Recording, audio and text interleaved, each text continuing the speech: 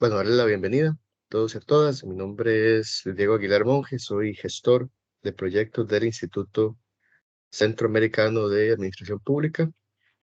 Y bueno, hoy continuamos con las charlas. Hoy tenemos la charla sobre sistemas de riego con aguas residuales. Este curso es ofrecido gracias al apoyo del proyecto GEF Group Plus, cuyo propósito es proveer conocimiento y brindar un espacio para la co-creación de soluciones y saneamiento en la región del Gran Caribe.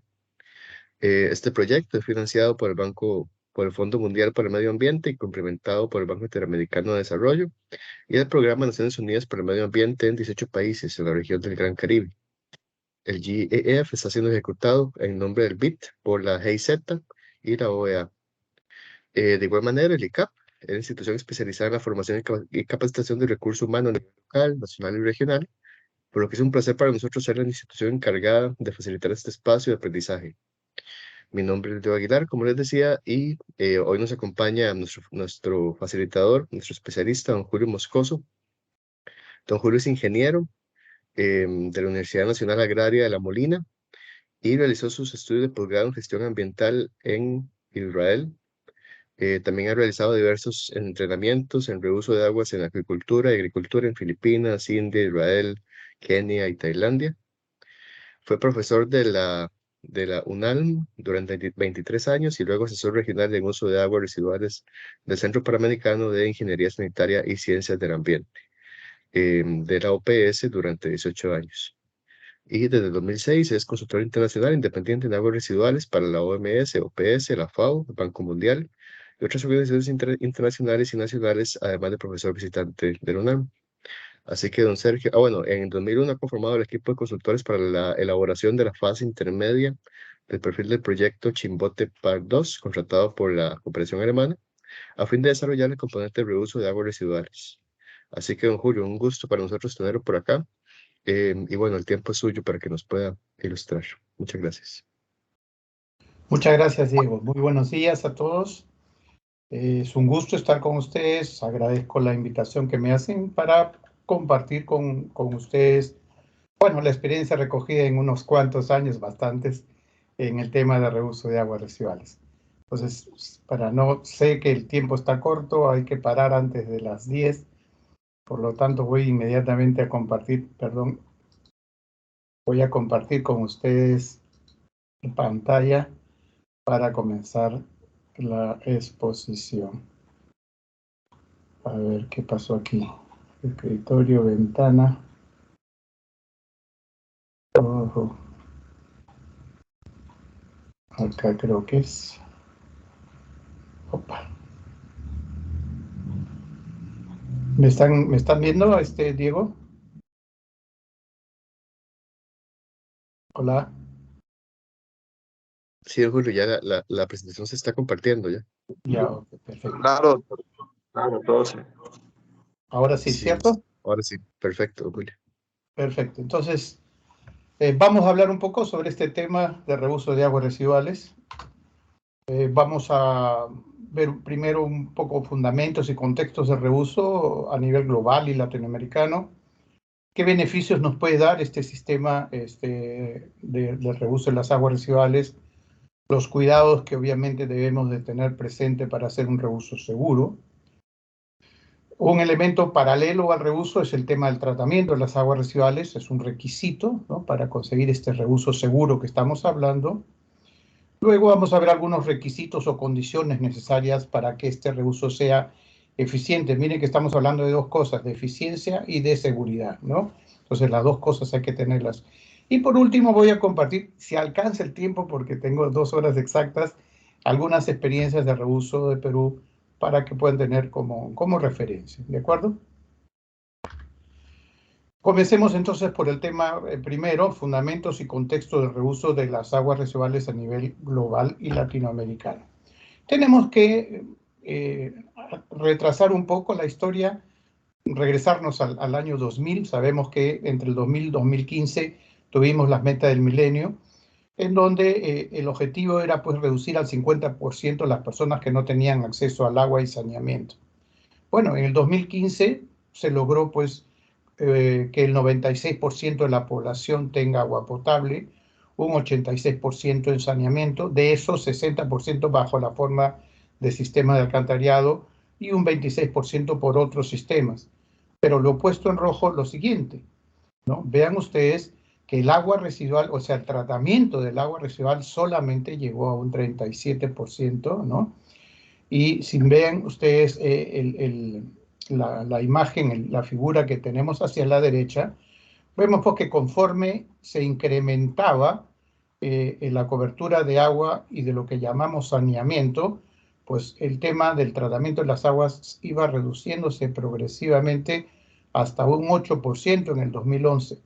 Se dieron cuenta de que el tratamiento era parte importante del saneamiento y durante los últimos años, entre el 2011 y 2015, se hizo un gran esfuerzo y se consiguió subir hasta el 37%, ¿no?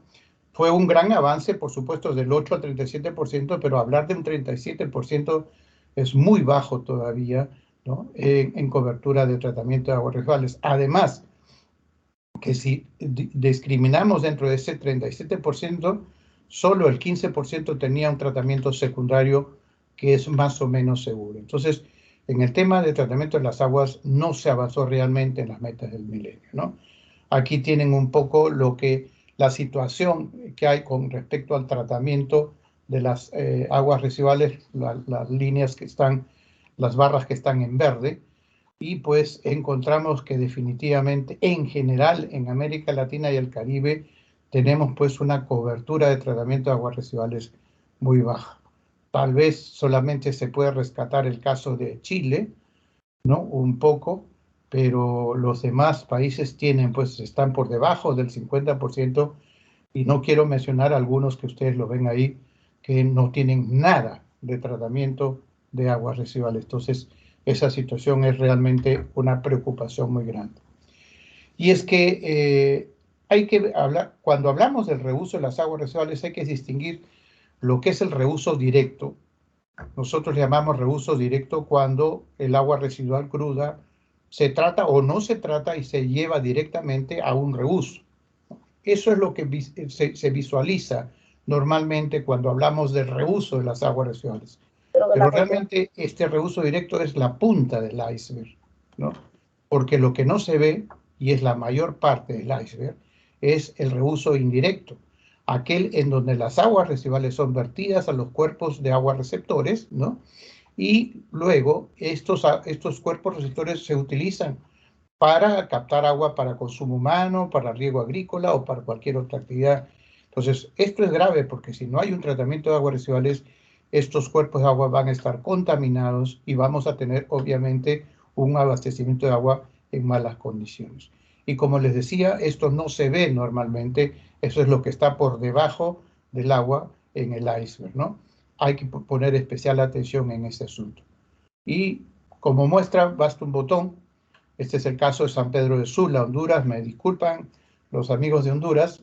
Esto pasa ahí, en San Pedro de Sula, y pasa aquí en el Perú, y pasa en la mayoría de los países. Ven ustedes que el agua de una ciudad, en este caso de San Pedro, las aguas negras salen por un canal. Aquí se ve en la otra imagen que este canal termina en un río, ¿no? En un río determinado. Ven ustedes en la imagen de abajo a la izquierda, este río continúa su trayecto y pasa por amplias áreas agrícolas como las que ustedes ven a la derecha, que en este caso son bananas para exportación, ¿no es cierto? Entonces, esto pasa en todos sitios. Esto es lo que llamamos el reuso indirecto, desafortunadamente, y ponemos pues en riesgo la calidad de los productos que estamos generando. Lo que es más importante, si tenemos productos contaminados, vamos a tener un impacto en la población. Volviendo al tema del reuso directo, ¿no? Aquel en donde el agua residual directamente, valga la redundancia, se lleva hacia los campos. Bueno, hay que mencionar que la agricultura es probablemente, no, de hecho, es la actividad que más reusa las aguas residuales, ¿no? No hay datos recientes de esto, no ha habido ninguna institución que ha actualizado eso. Los últimos datos que tenemos es del 2010, ¿no? Y podemos observar, pues, de que en el 2010, bueno, y hay otra referencia de 1987. En el año 1987 teníamos menos de 2 millones de hectáreas agrícolas regadas con aguas residuales. Aquí tenemos 2 columnas por países, ¿no? Pero miren, entre el año 87 y el 2010 pasa de menos de 2 millones a casi 5 millones de hectáreas. O sea, realmente el reuso está avanzando en forma tremenda, ¿no? Sin que nadie lo promueva. O sea, es algo que se emerge por una necesidad propia de tener disponibilidad de este recurso. Puse 2013 aquí por solamente 3 datos para que vean que la cosa sigue avanzando. 3 datos que conseguí para el 2013. Vean ustedes el caso de Israel. En el 87 estaba con 8.800 hectáreas. Ya en el 2010 tenía 70.000. Y apenas en 3 años más, en el 2013, llegaba a 123.600 hectáreas agrícolas regadas con aguas residuales. En Perú nos pasó a menor escala, pero también hubo un crecimiento importante. En el 2010 teníamos 9.000 hectáreas y al 2013 ya teníamos 13.200, ¿no?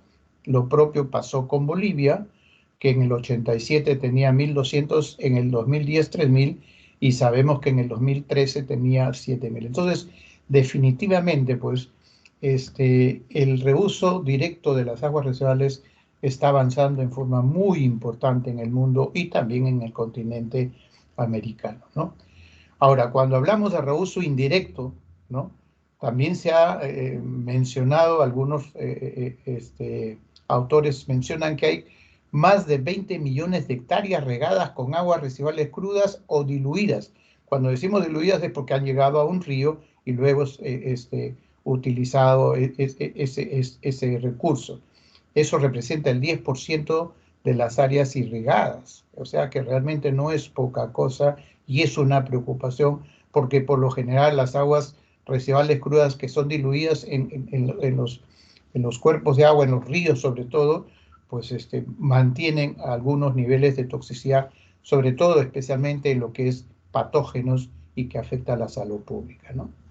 Tal vez la experiencia más de mayor magnitud que hay en el caso de América Latina es el Valle del Mezquital en México. Es un valle contiguo a al Valle de la Ciudad de México.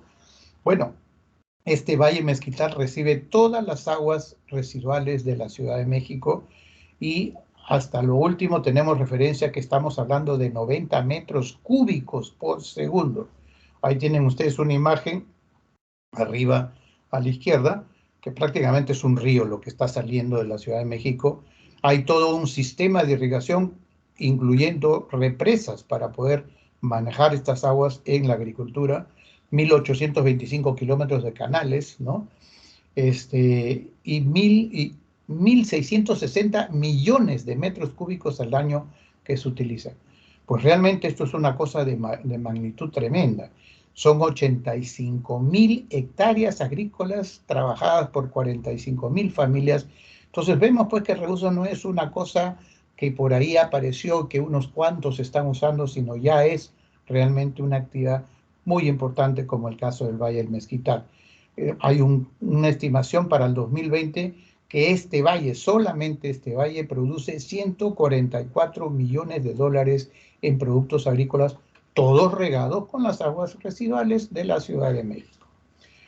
Algo aunque sea más pequeño, pero es muy emblemático, es el caso de Israel, que ya antes les había mencionado en la relación, en la lista de los que rehusan, ¿no?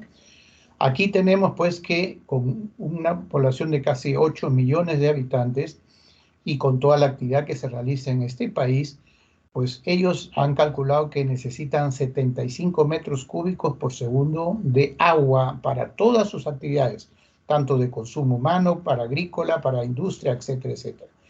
Sin embargo, sus recursos naturales solamente le ofrecen 40 metros cúbicos, o sea, un poquito más de la mitad de lo que ellos necesitan.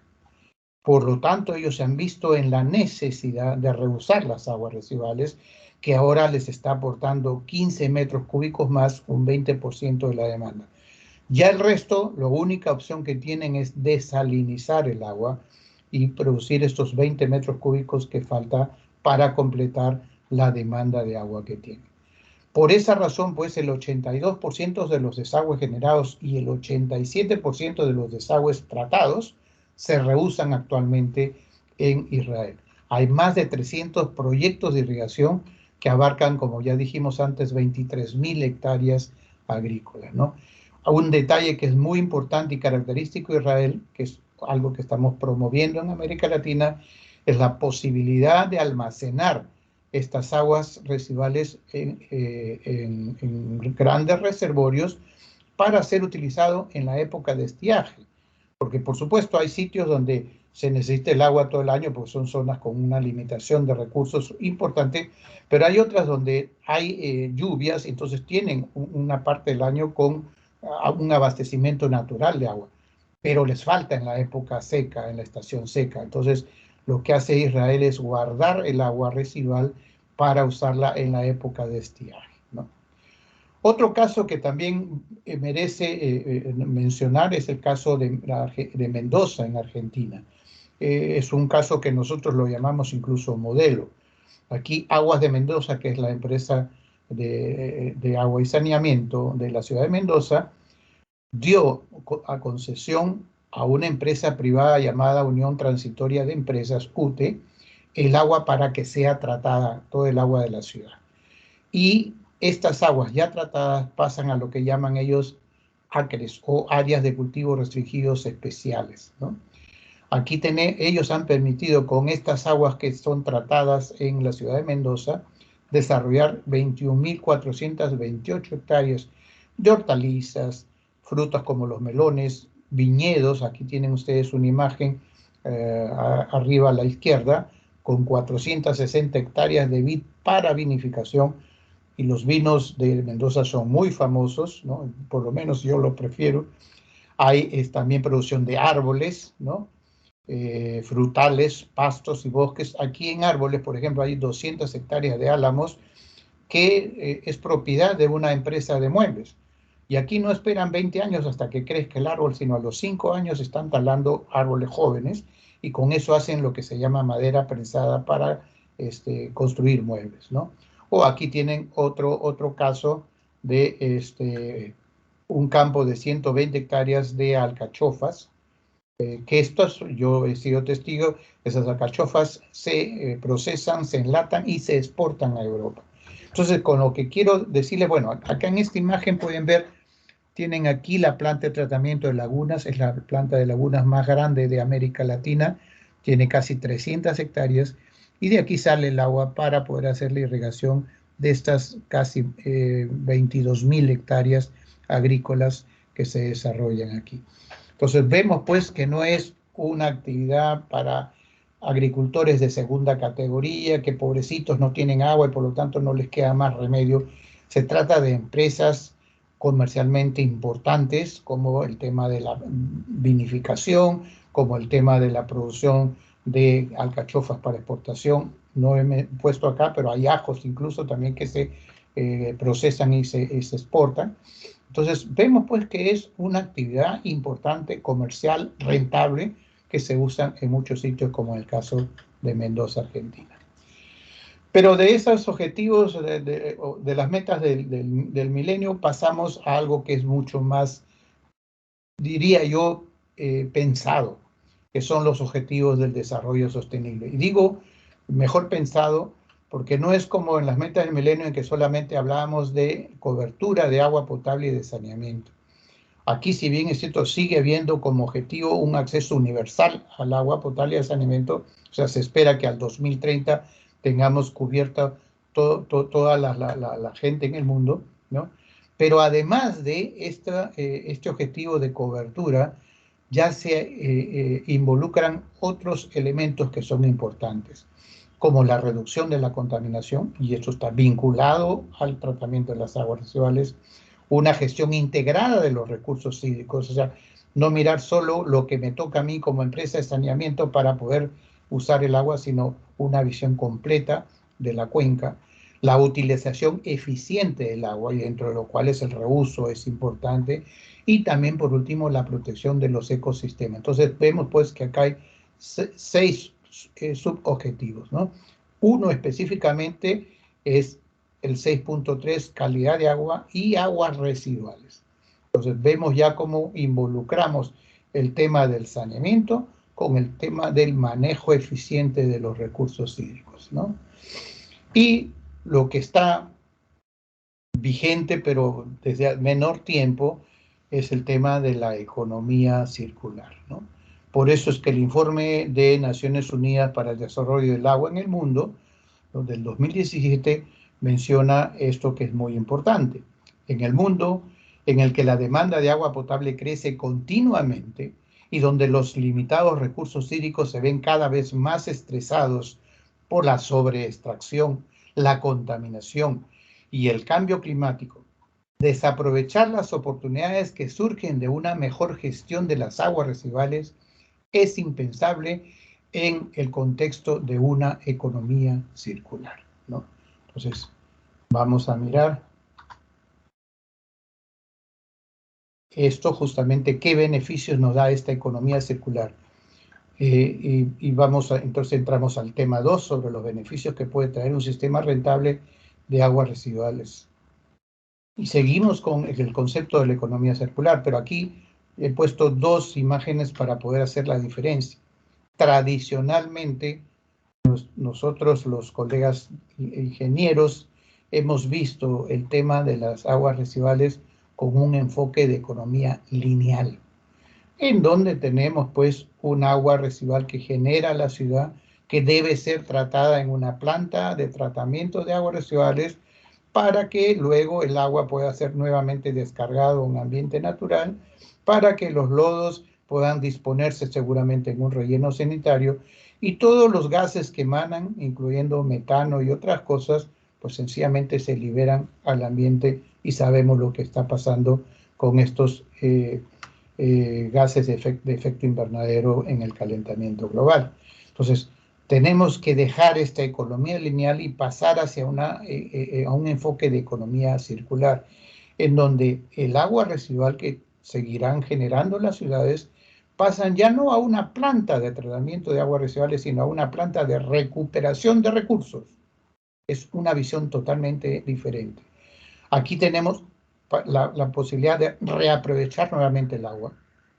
Tenemos la posibilidad de usar los lodos, ¿no?, para mejoramiento de los campos agrícolas. Puede haber un reciclaje también de los lodos de otra forma. Se puede generar incluso gases que puedan producir energía. Entonces, por eso acá aparece este símbolo de energía.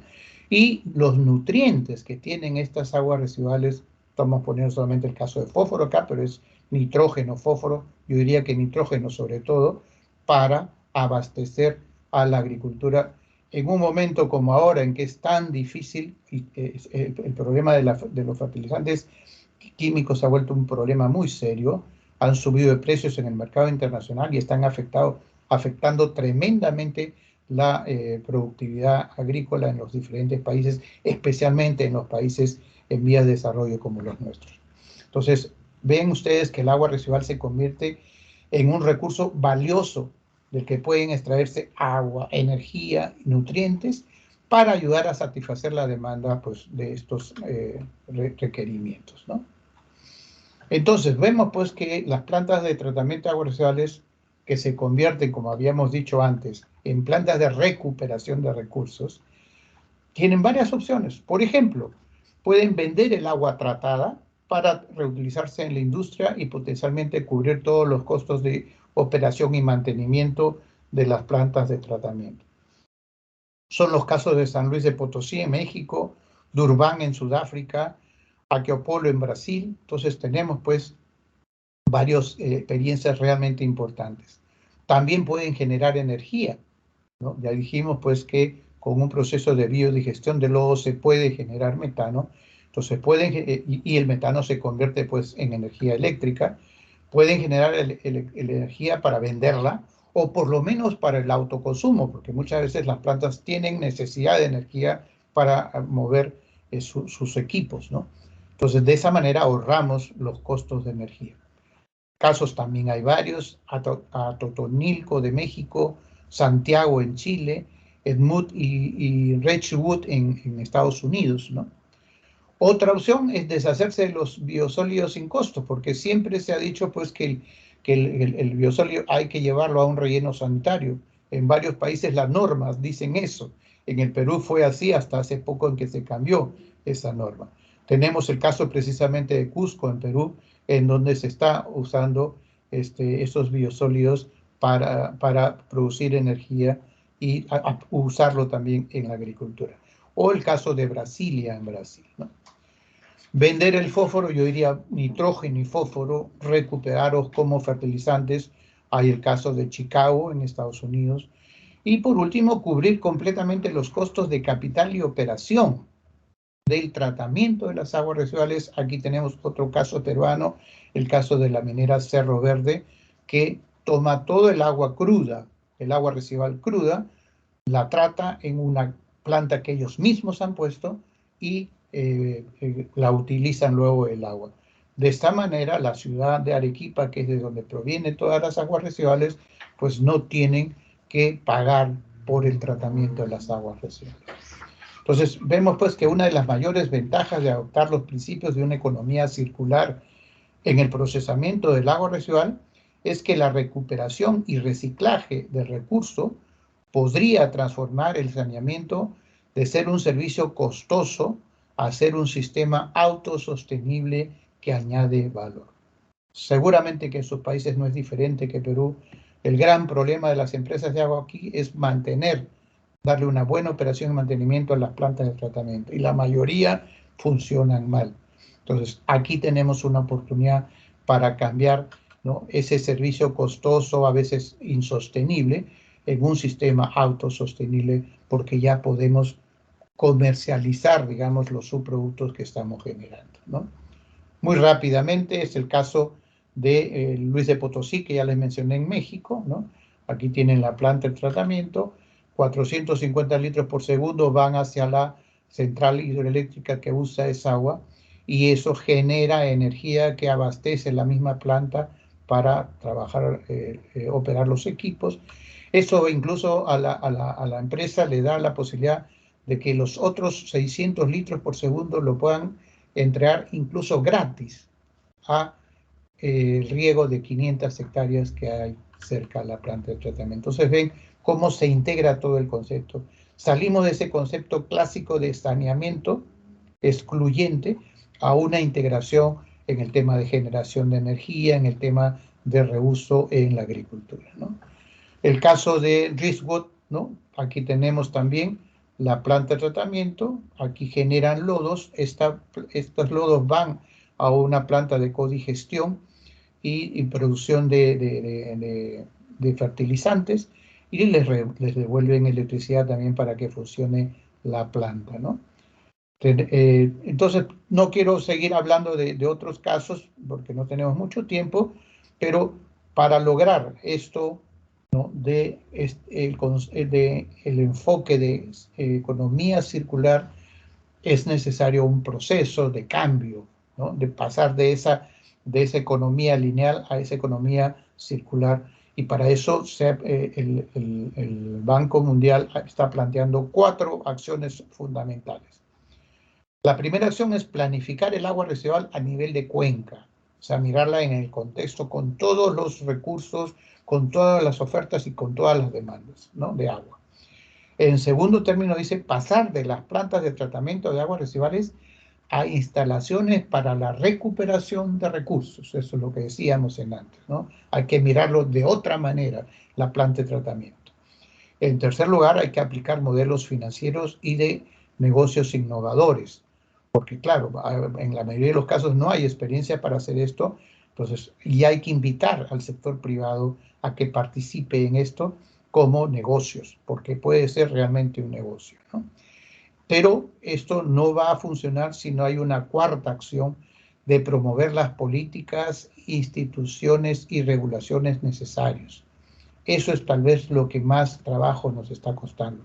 Ya lo vamos a comentar con ustedes. Tenemos muchos años de experiencia en el Perú en el reuso de aguas residuales, pero estábamos limitados por problemas de políticas, de normas, etcétera, etcétera, que tenemos que trabajarlo y que estamos haciéndolo muy fuerte para finalmente lograr que este reuso sea factible, ¿no? Pero como les decía, para esto necesitamos algunos cuidados que se deben de tener en el reuso para que este sea seguro, ¿no? Porque se trata de aguas residuales que sabemos pues que vienen con gérmenes patógenos y otros contaminantes, ¿no? Entonces aquí tenemos pues que el ser humano, que fundamentalmente el que utiliza las aguas residuales y bota sus excretas, etcétera, ¿no? Va a hacer que estas aguas residuales tengan estos gérmenes patógenos. Entonces, en cada etapa del proceso de saneamiento vamos a encontrar un riesgo determinado. Desde el inodoro, si es un inodoro inseguro, va a provocar o a propiciar la contaminación y el contagio. Igual como en los contenedores o en los sistemas como los tanques sépticos, que si no se manejan bien, también hay un riesgo de contaminación y de transmisión de enfermedades. En la transferencia y transporte de estos materiales que cuando son inseguros, en el tratamiento también inseguro, porque en algunos casos hay tratamiento y qué bueno, pero no es operado eficientemente y por lo tanto es inseguro y ahí puede provocar ciertos riesgos también. O por último, en la disposición final, ya sea en un río o en la agricultura si se rehúsa. Entonces, en todas las etapas de este proceso de saneamiento y de reuso va a haber eventos peligrosos vinculados a las moscas, a los animales, a los cuerpos de agua o de drenaje, a los campos, por ejemplo, que son irrigados, campos deportivos, qué sé yo, a las aguas subterráneas incluso que podemos contaminarlas. Entonces, todos estos eventos peligrosos pueden crear una contaminación de los cultivos, de los alimentos, del consumo de agua para bebida, ¿no? A través de las manos, a través de los pies, ¿no? O de algunas superficies en donde uno pueda contaminar y tiene contacto con ellas. Como consecuencia, si se presentan, si no manejamos estos eventos peligrosos, vamos a tener gente enferma. Y gente enferma que la tenemos constantemente. Si ustedes ven las estadísticas de salud, van a encontrar que una gran cantidad de las enfermedades que tiene la población están vinculados a enfermedades transmitidas a través de las aguas contaminadas, ¿no? Entonces, eso sigue siendo un problema muy serio para nosotros. ¿Por qué? Porque tenemos 4 grupos de patógenos que están vinculados a ser transmitidos, ¿no? A través de las aguas residuales. El primer grupo son las bacterias.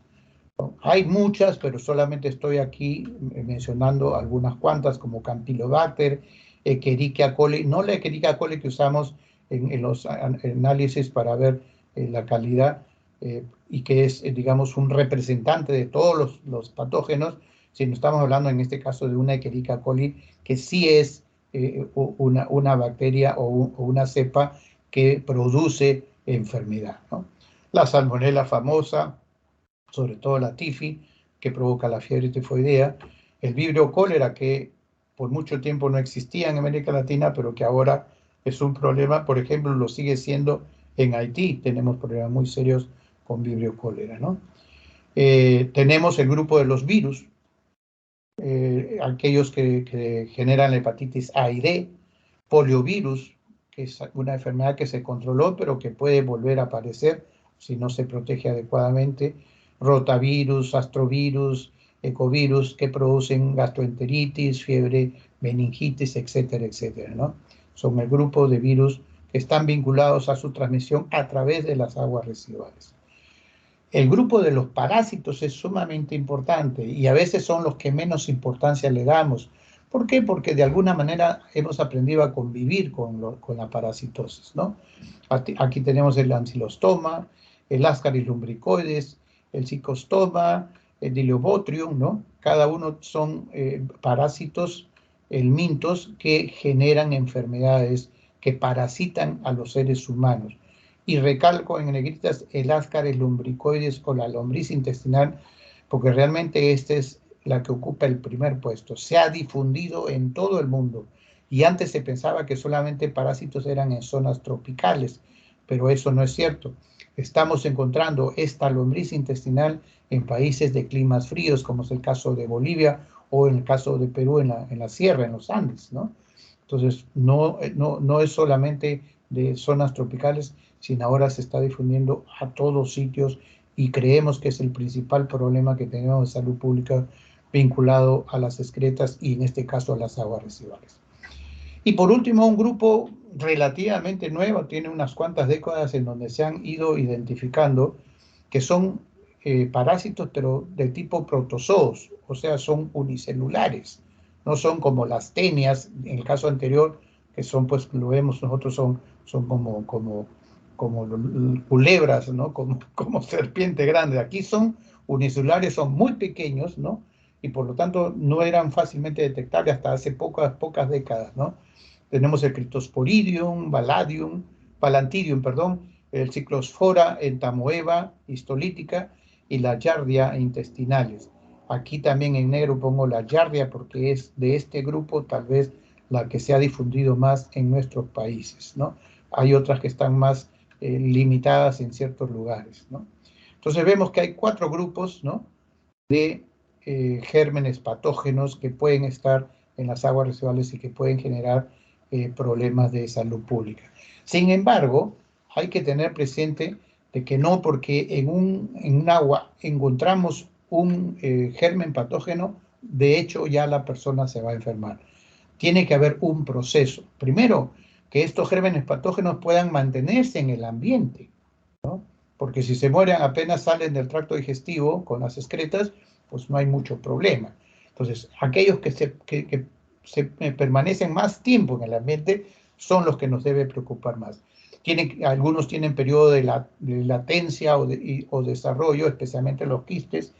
La dosis infectiva también es otro punto importante, porque no porque haya, como les decía, una unidad de germen, ya uno se enferma. Tiene que haber una dosis infectiva.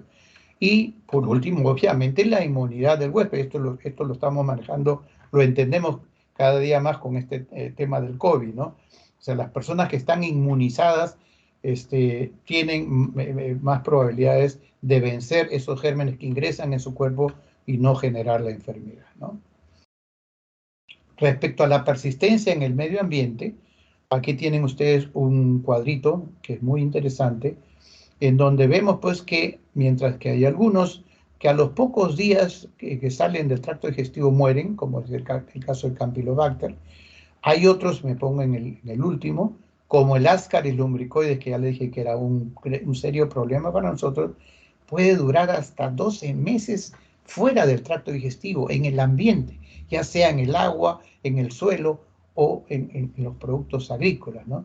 Entonces, obviamente, los que duran más en el ambiente son los más problemáticos, los más peligrosos, los que pueden generar más la enfermedad, ¿no?, a las personas. Y vean que los 3 con mayor cantidad de persistencia son los parásitos: el Trichurus, la Taenia saginata y el Ascaris. O sea, los parásitos son los que se pueden mantener más tiempo en el ambiente. Pero hablábamos también de una dosis infectiva mínima, ¿no? Hay, pues, aquí me voy al último más bien, hay ciertos organismos patógenos que necesitan una concentración muy grande para generar la enfermedad en las personas. Por ejemplo, el caso de Salmonella pullorum, ¿no? Necesitarían pues como 100 o 1000 millones de gérmenes para que las personas realmente se enfermen, ¿no? Entonces, aquí es poco probable que la gente se enferme con este organismo patógeno. Vámonos ahora sí al primer lugar. De nuevo nos encontramos con Ascaris lumbricoides, ¿no? Igual como Ancylostoma, igual que Trichuros, en donde basta con que haya un huevo de ellos, por ejemplo, en una lechuga, y nosotros la consumamos para poder hacer la enfermedad, la parasitosis. Entonces, estos evidentemente son los que tienen más problemas, ¿de acuerdo? Ese es el gran problema. Por eso, entonces, cuando hablamos ya de riesgos sanitarios, vamos a ver que no todos tienen el mismo riesgo. Ya vimos por la dosis efectiva, por el tiempo de permanencia en el ambiente, que, por ejemplo, los nematodos intestinales tienen un riesgo muy elevado, porque hay una frecuencia excesiva de infección a la enfermedad. En las bacterias es menor. En el virus, aunque a veces nos preocupa, sobre todo ahora que hablamos de COVID, que es un virus, ¿no? Nos preocupa sobremanera, pero en realidad los virus presentes en el agua tienen un riesgo mínimo Son muy pocos los casos de personas que se enferman por haber tenido contacto con el agua residual. En el caso de tremátodes, hay algunos que son elevados como los nemátodes y otros que no causan ningún problema, ¿correcto?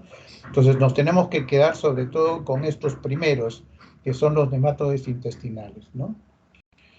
Por esa razón, ya desde 1989, la Organización Mundial de la Salud definió algunas directrices que recomiendan los países cuando reusan las aguas residuales. Y para no hacerla muy larga, los dividió prácticamente en dos grupos. Un grupo que son los más exigentes en calidad, como por ejemplo los cultivos de consumo crudo, la piscicultura, campos deportivos, parques públicos donde la gente tiene contacto con el gras, con el pasto, ¿no? Ahí le llamaron riego irrestricto porque si se alcanza esa calidad puede ser esto y cualquier tipo de cultivo, por eso se llama riego irrestricto. Aquí lo que nos piden es, primero, que las aguas residuales que se vayan a usar para riego de estas áreas o el uso del agua residual en el caso de piscicultura tengan menos de un huevo de nematode por litro, o helmintos pueden llamarle. Los helmintos son parte de los nematodes, pero básicamente son los helmintos. Entonces, menos de un huevo por litro, y además debe tener menos de 1000 coliformes por 100 mililitros, ¿correcto? Entonces, si nosotros alcanzamos este nivel de calidad, podemos regar incluso aquellos cultivos como estos que son los más exigentes en calidad. Por supuesto, podrían usar en cualquier otro tipo. Pero cuando no alcanzamos esta calidad de menos de un huevo por litro de nematodes y menos de 1000 coliformes fecales o termotolerantes por 100 mililitros, tenemos que restringir el riego. Entonces, le llamamos riego restringido cuando es para riego de bosques, forestación, cereales industriales, o sea, productos industriales, frutales de tallo alto y forrajes para consumo animal. Aquí lo único que propone la OMS es que se reduzca a menos de un huevo por litro de nematodes o helmintos. Para el caso de coliformes fecales o termotolerantes no pone aplicación, ¿no? Ahora, ven ustedes que lo que pide para todo caso, para todo tipo de cultivo, es que haya menos de un huevo de nematode por litro, porque esto es nuestra principal preocupación en salud pública, ¿no? Los demás patógenos, salvo cuando sean este tipo de cultivos, sí necesitará bajar los coliformes fecales a menos de 1000, que cuando ya hay menos de 1000 coliformes fecales, pues los demás patógenos están en pequeñas concentraciones por debajo de esa dosis infectiva que hablamos, ¿correcto? Luego, esto fue en el año 89, pero la OMS volvió a sacar en el 2006 unas guías para el uso seguro de las aguas residuales excretas y aguas grises, ¿no? ¿Cuál es la diferencia entre el 89 y el 2006? En este caso, para el 2006, ya no plantea límites como estos valores que hemos puesto aquí. Aquí se está planteando que una metodología para que cada país, en función a su situación específica de salud, establezca cuáles son los valores que tiene que establecer para tal o cual patógeno, ¿no? Cada país puede seleccionar la enfermedad y controlar el riesgo, ¿no? También cada país puede variar su nivel de protección, porque a veces queremos pasar de 0 a 100, ¿no? Cuando hablo con las personas que hacen las normas en los países, me dicen, no, es que hemos visto lo que dice la EPA de Estados Unidos y ya eso es lo que vamos a poner en la norma. Entonces estamos pasando de 0 a 100, ¿no? Entonces, eso a veces no es factible, no es viable, no es posible económicamente. Entonces, por eso es que las guías lo que dicen es que cada país puede variar su nivel de protección mientras avanza progresivamente al nivel deseado. Todos queremos llegar al máximo nivel deseado, como lo dice la EPA seguramente, pero hay que tener presente que podemos tener un proceso, avanzar progresivamente hasta alcanzar ese nivel. Entonces, pasemos de 1 a 100, pero poco a poco y no de un segundo al otro. Ni un carro extraordinario puede lograrlo en un segundo. Habla de una flexibilidad para controlar los riesgos, ¿no? Permite la optimización de costos y la sostenibilidad de los sistemas. Y algo que es sumamente importante es que habla sobre el enfoque de barreras múltiples que antes no se mencionaba. ¿Qué es esto de las barreras múltiples?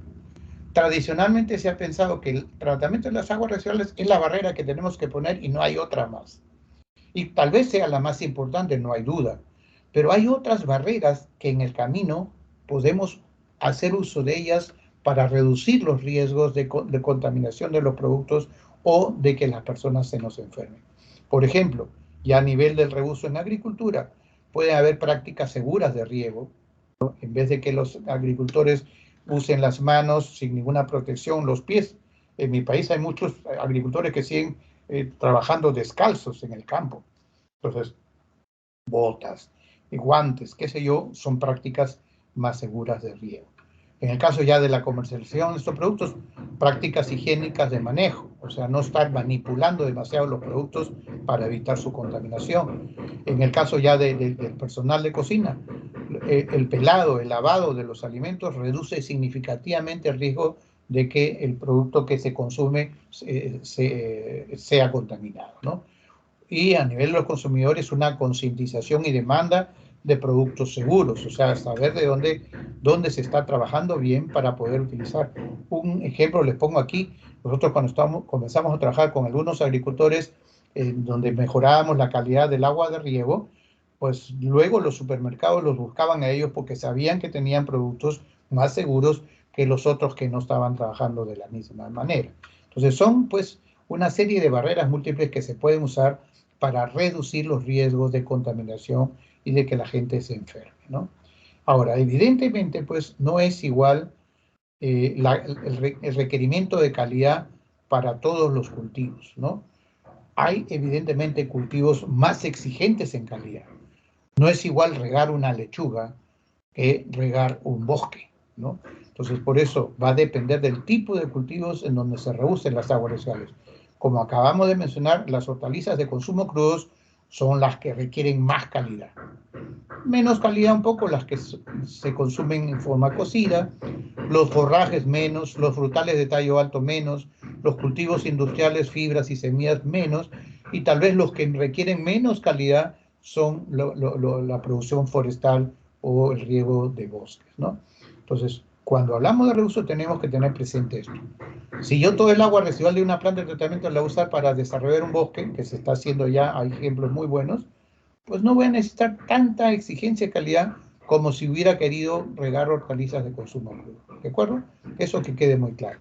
Y por último hay que hablar sobre el tema de los grupos de exposición. O sea, ¿qué grupos de personas están expuestos en cada etapa del proceso del saneamiento y del reuso? En primer lugar, tenemos los trabajadores que operan las plantas de tratamiento. Ellos probablemente son los que tienen más riesgo porque están trabajando desde el agua cruda, sin tratar, ¿no? Luego tenemos trabajadores y agricultores que realizan las actividades de riego, tanto en áreas verdes, porque se está regando áreas verdes en muchas ciudades con aguas residuales, o los cultivos agrícolas, ¿no? Luego tenemos los consumidores de los productos agrícolas regados con aguas residuales, especialmente hortalizas o peces, porque en muchos sitios, en el Asia sobre todo, se hace acuicultura con aguas residuales, y eso fue una experiencia muy grande para mí. También hay que tener en cuenta los usuarios que realizan actividades recreativas en las áreas verdes y de parques y jardines regadas con aguas residuales, especialmente aquellos que tienen contacto primario con el césped, con el pasto, con el gras, ¿no?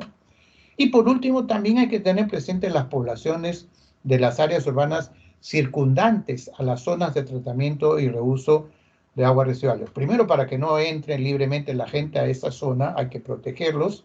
En ese sentido, segundo, para que no tengan molestias. Yo diría que el riesgo de transmitir enfermedades es poco probable, pero sí pueden tener algunos problemas de, por ejemplo, olores. Ustedes saben que hay muchas plantas que operan mal y generan olores desagradables, y esa población cercana es la que tiene problemas de ese tipo, ¿no?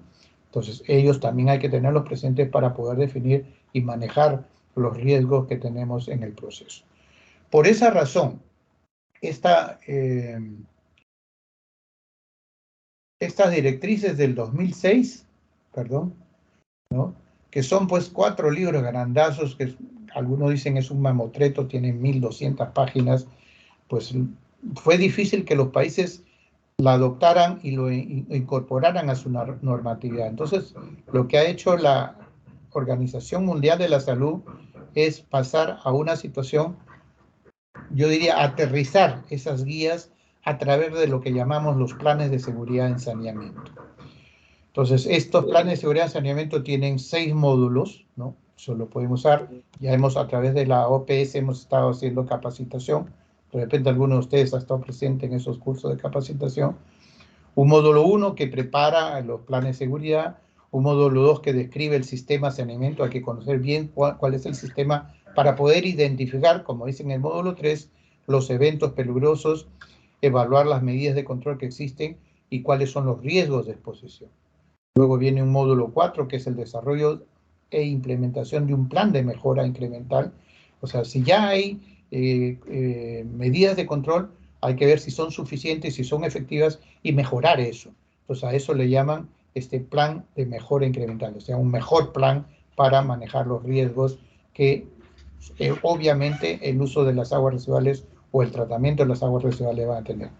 Viene un 5.º módulo que ya es la parte del monitoreo de las medidas de control para verificar el desempeño. Si alguno está funcionando mal, habrá que mejorarlo. Y por último, un módulo 6, que es el desarrollo de un programa de apoyo y revisión de los planes. Apoyo porque hay cosas que no se manejan bien, no se entienden bien. Por ejemplo, la academia, las universidades pueden investigar algunos detalles para poder ajustar algunas cosas que no se tienen claro y revisar estos planes, que no sea pues algo escrito en piedra, sino que se pueda revisar cada cierto tiempo cuando es necesario, sobre todo. Por ejemplo, si se cambia la tecnología de tratamiento, pues inmediatamente hay que volver a actualizar un plan de seguridad porque ya hay otros elementos que hay que manejar. Esto se ha sustentado muy bien con algunas publicaciones que ha hecho en los últimos años la Organización Mundial de la Salud. Estas guías para el saneamiento de la salud son básicas para poder hacer estos planes de seguridad en saneamiento, porque describen muy bien todo el proceso, ¿no?, del saneamiento e incluye algo que antes no se tenía muy en cuenta, pero que, por ejemplo, en Centroamérica es muy común, que es lo que llamamos el tratamiento in situ, ¿no?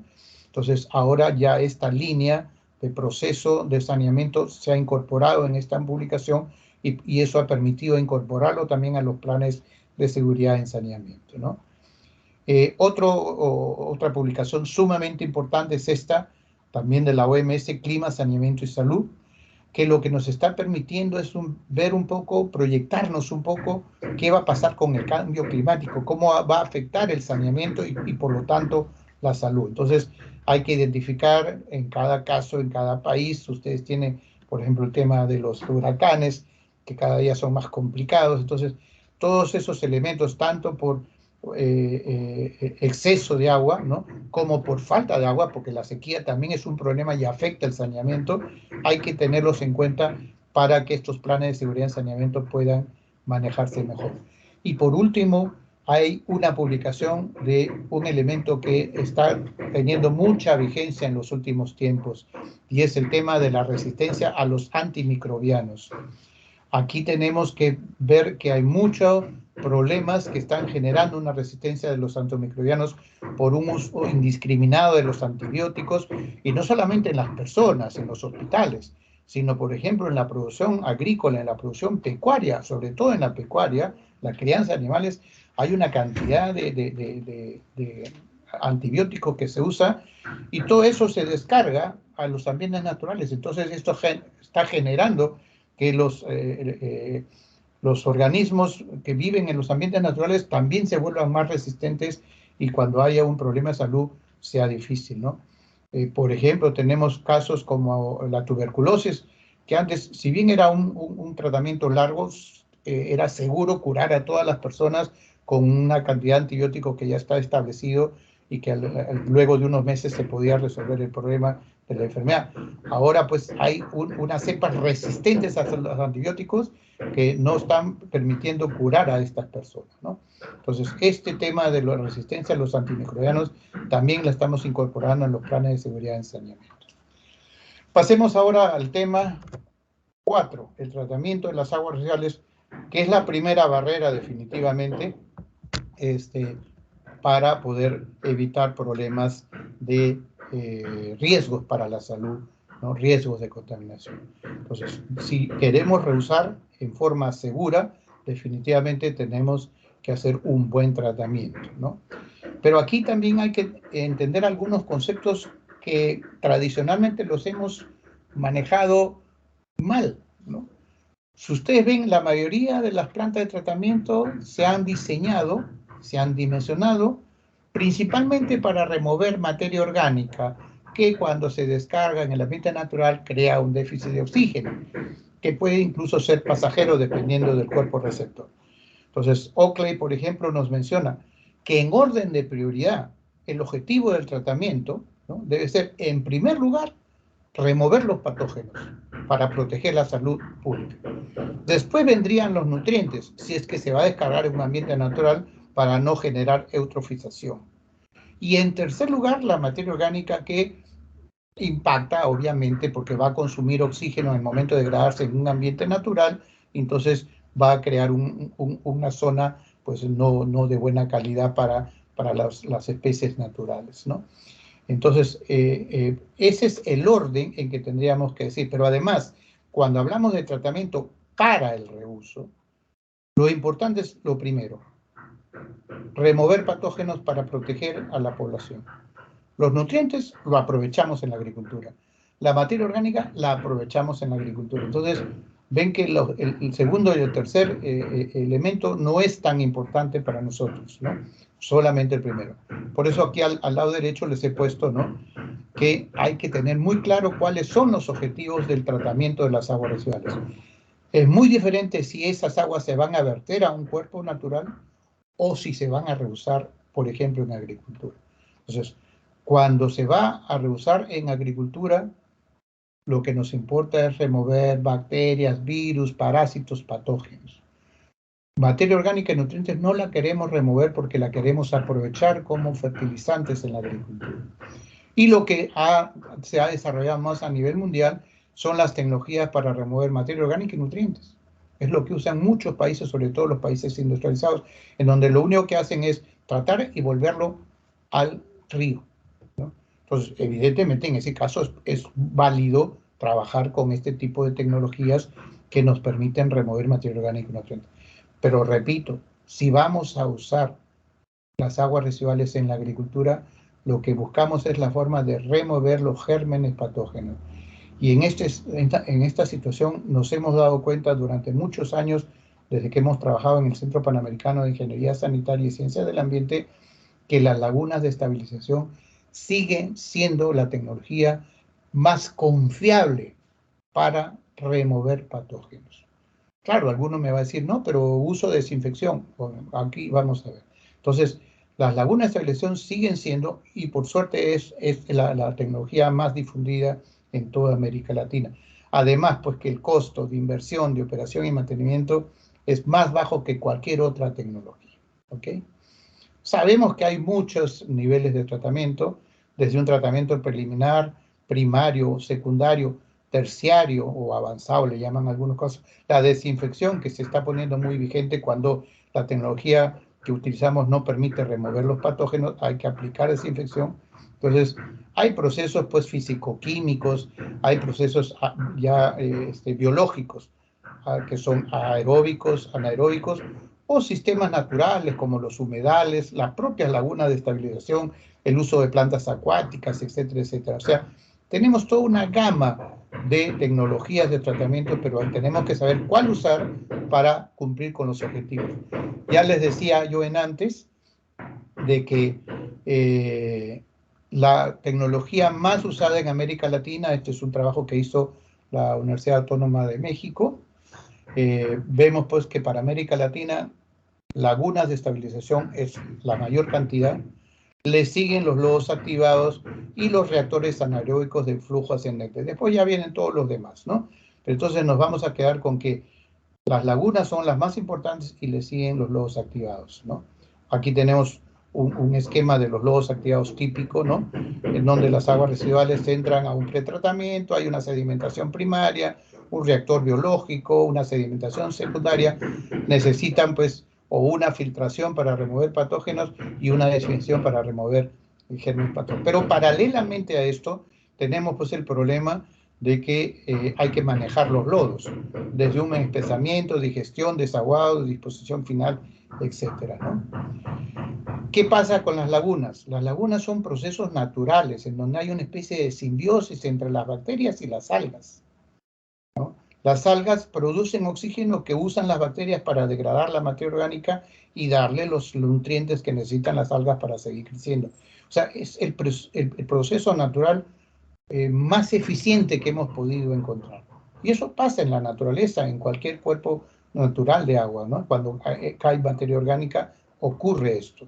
Y hay pues elementos como la temperatura, la radiación solar, las variaciones de pH, de oxígeno disuelto, la concentración de DBO, nutrientes, la competencia y predación que hay entre los patógenos y los organismos propios que hay en el agua, el proceso de sedimentación, por ejemplo, que permite que todos los huevos del minto se vayan hacia el fondo. Todos estos procesos hacen que las lagunas de la estabilización sean un sistema eficiente. Entonces, aquellos que trabajan con lagunas, siéntanse contentos que es una tecnología realmente eficiente, siempre y cuando no esté sobrecargado, siempre y cuando pues, no se opere mal, no se mantenga mal, porque todo sistema necesita una buena operación y mantenimiento. Hay, por esa razón, a nivel mundial, pues muchos países que siguen teniendo lagunas de estabilización. El país que más lagunas de estabilización tiene son Estados Unidos. Y algunos dirían, no, pero si ahora hay tecnologías modernas, ¿no? Que ya las lagunas hay que ponerlas de lado. Las lagunas más grandes están en Michigan, con 688 hectáreas. Luego están en Nueva Zelanda, tienen otra con 530. Australia tiene una planta de 310 hectáreas. Argentina, Mendoza, que mencionamos en antes, 285 hectáreas. Otra más en California con 250. Brasil en Ceará tiene una de 73 hectáreas. A Brasil Paraíba de 50. Ecuador tiene una de 45 en Cuenca. Y Perú en Chiclayo tiene otra de 40. O sea, hay pues lagunas o sistemas de lagunas muy grandes que siguen funcionando en el mundo y que funcionan bien, ¿no? Esta es una vista aérea de la laguna de Mendoza, ¿no? Y miren ya una vista acá, son tremendas lagunas, pero ahí están funcionando y funcionan muy bien, ¿no? O podrían verse los casos de lo que llaman lagunas reservorios en el sistema israelí, que ya les comenté antes, ¿no? En donde tienen, pues, almacenan el agua residual para la época de estiaje. Entonces vean, por ejemplo, en este caso, tienen 4 reservorios. Durante el primer reservorio se llena entre julio y diciembre, se queda en batch, o sea, almacenado sin uso durante de enero hasta mayo, y se reusa en junio. Y así sucesivamente los otros. Entonces vemos pues que hay una época en donde se llenan los reservorios, hay otra época en donde se almacena, y esto es bueno, o sea, lo que llaman en batch, es bueno porque aquí mejora la calidad. La calidad del agua, contra más tiempo el agua esté retenida, se van muriendo los patógenos cada vez más, por lo tanto la calidad mejora. Y una época, la época de estiaje, entre junio y septiembre es que se usa el agua, ¿no? Esa es un poco la figura. Entonces, en suma, tenemos pues que las lagunas no tienen una serie de ventajas respecto a otras tecnologías de tratamiento. Bajo costo, necesitan poco o ningún componente importado, porque prácticamente el movimiento de tierras, nulo consumo energético, no tienen equipos para nada, no se necesitan equipos, simples de construir y de operar, confiables y fáciles de mantener, no quiere decir cero mantenimiento, hay que mantenerlas, pero son fáciles de mantener, pueden absorber aumentos bruscos de carga hidráulica y orgánica, y ese es un gran problema que tenemos con las aguas residuales, que cambian los caudales y cambian las concentraciones de materia orgánica. Una planta como lodos activados no soporta estas variaciones, por lo tanto, si nos viene más agua o más carga orgánica, hay que bypasearla, hay que botarla por otro lado, pero no podemos sobrecargarle el sistema si no colapsa. Las lagunas tienen esa ventaja de absorber esas cargas hidráulicas y orgánicas que se incrementan en algún momento, ya sea de una estación en otra o en el horario. Evidentemente en la noche hay menos carga hidráulica que de día. Hay una elevada estabilización de la materia orgánica porque los lodos se acumulan por años en el fondo de las lagunas, entonces es la mejor forma de estabilizar los lodos. Fácil adaptación a las variaciones estacionarias, ya lo dijimos. Posibilidad de tratar vertidos industriales fácilmente, pero cuando se tratan de vertimientos industriales de tipo orgánico, ¿no? O sea, industrias de lácteos, industrias de frutas, etcétera, ¿no? No estamos hablando de aguas residuales de una industria metalmecánica, cosas por el estilo, ¿no? La posibilidad de uso como sistemas reguladores para riego, pues claro, los agricultores no riegan las 24 horas, sin embargo, la planta recibe todo el tiempo agua. Entonces, las lagunas le dan la posibilidad a poder regar durante las horas del día, que es lo normal, y como que se almacena hasta el día siguiente en que vuelven a regar. Producen un efluente de alta calidad por su excelente reducción de gérmenes patógenos. Si las lagunas tienen un tiempo de retención buena, por ejemplo, si alcanza una laguna 10 días de periodo de retención, estamos asegurando que el 100% de los helmintos, de los huevos del mintos, van a ser sedimentados a los lodos y el efluente entonces sale sin presencia de estos parásitos. ¿Ok? Ahora, necesitamos algunos requisitos o condiciones necesarias para el reuso eficiente de las aguas residuales, o sea, cómo hacer cuando vamos a reusar, ¿correcto? Miremos un poco esto. Y para eso voy a compartir con ustedes un proyecto que se hizo a nivel de toda América Latina. Lo hicimos a través de la Organización Panamericana de Salud con el financiamiento del IDRC del Canadá, que se llamó Sistemas Integrados de Tratamiento y Uso de Aguas Residuales en América Latina, Realidad y Potencial. Proyecto regional porque ocupó toda América Latina, ¿no? Vean ustedes, aquí están todos los estudios de caso que hicimos, ¿no? Los repartimos entre muchos países, por ahí deben encontrar seguro algunos de ellos de su país, ¿no? Entonces aquí tuvimos ciudades tropicales, ciudades ya de climas más templados, ciudades pequeñas, ciudades más grandes, algunas tenían reuso, otras no tenían, otras tenían tratamiento, otras no, etcétera, etcétera. Entonces, con estos 16 casos, ¿no? Pudimos hacer este trabajo. Y al final, toda la gente que participó en equipos de trabajo multidisciplinarios en cada país, nos reunimos para discutir lo que habíamos visto y qué era lo que proponíamos para América Latina. Entonces, evidentemente, se definió las cosas en dos componentes principales. Uno, cómo hay que hacer el tratamiento para este reuso, y segundo, cómo hacer ese reuso fundamentalmente agrícola, porque era lo que más había en todos los casos, ¿no? Con las aguas residuales, ¿no? Voy a pasar cada uno de estos puntos a continuación para explicarlos un poco, ¿no? Por ejemplo, el objetivo del tratamiento, ya lo dijimos antes, es remover patógenos, ¿no? O sea, si vamos a reusar las aguas en el riego, pues lo principal es remover patógenos. Y aquí podemos hacer un análisis muy rápido de los diferentes procesos de tratamiento. Me voy a quedar con los lodos activados y las lagunas de estabilización, que hemos dicho son las tecnologías más usadas en América Latina.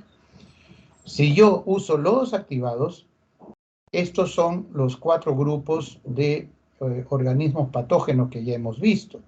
Y cuando hablamos de concentración de estos patógenos, hablamos de unidades logarítmicas, porque hay gente que así como para materia orgánica o sólidos usa porcentaje, el 90% de la materia orgánica se remueve con este tratamiento, ahí es válido usar porcentaje.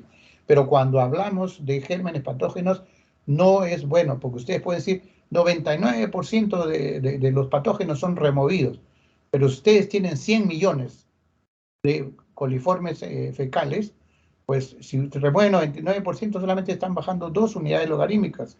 Entonces se están quedando con 1 millón, que todavía es una gran cantidad. Entonces cuidado con eso, por eso es que usamos unidades logarítmicas para hablar de patógenos. Entonces decimos, por ejemplo, los lodos activados remueven entre 0 y 2 unidades logarítmicas de bacterias. O sea, si tienen ustedes 100.000, o perdón, 1 millón, les va a bajar solamente dos ceros menos, ¿no?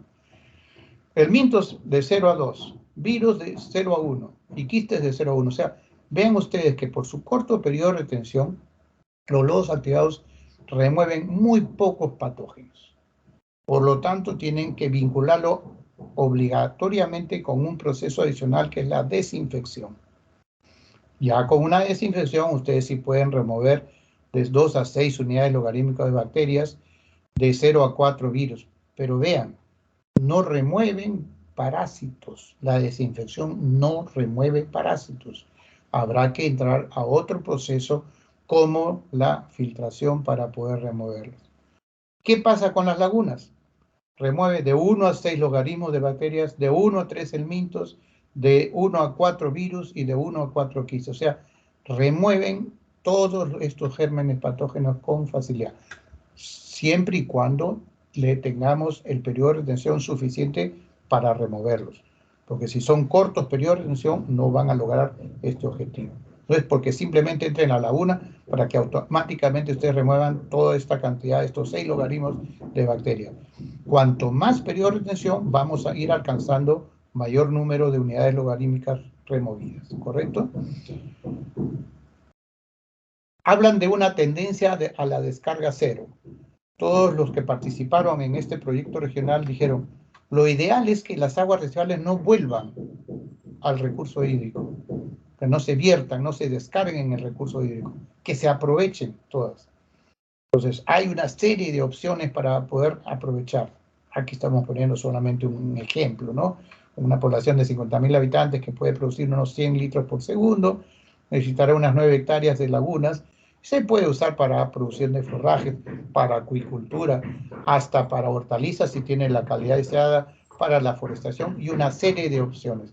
Entonces, tratemos de que las aguas residuales se usen totalmente y no se regresen al río, al mar, porque por más que haya un tratamiento, no es suficiente para poder preservar el medio ambiente. Por ejemplo, las lagunas son buenas para darle nutrientes y materia orgánica a estos reusos, pero si van a descargarse en una laguna, la van a eutrofizar.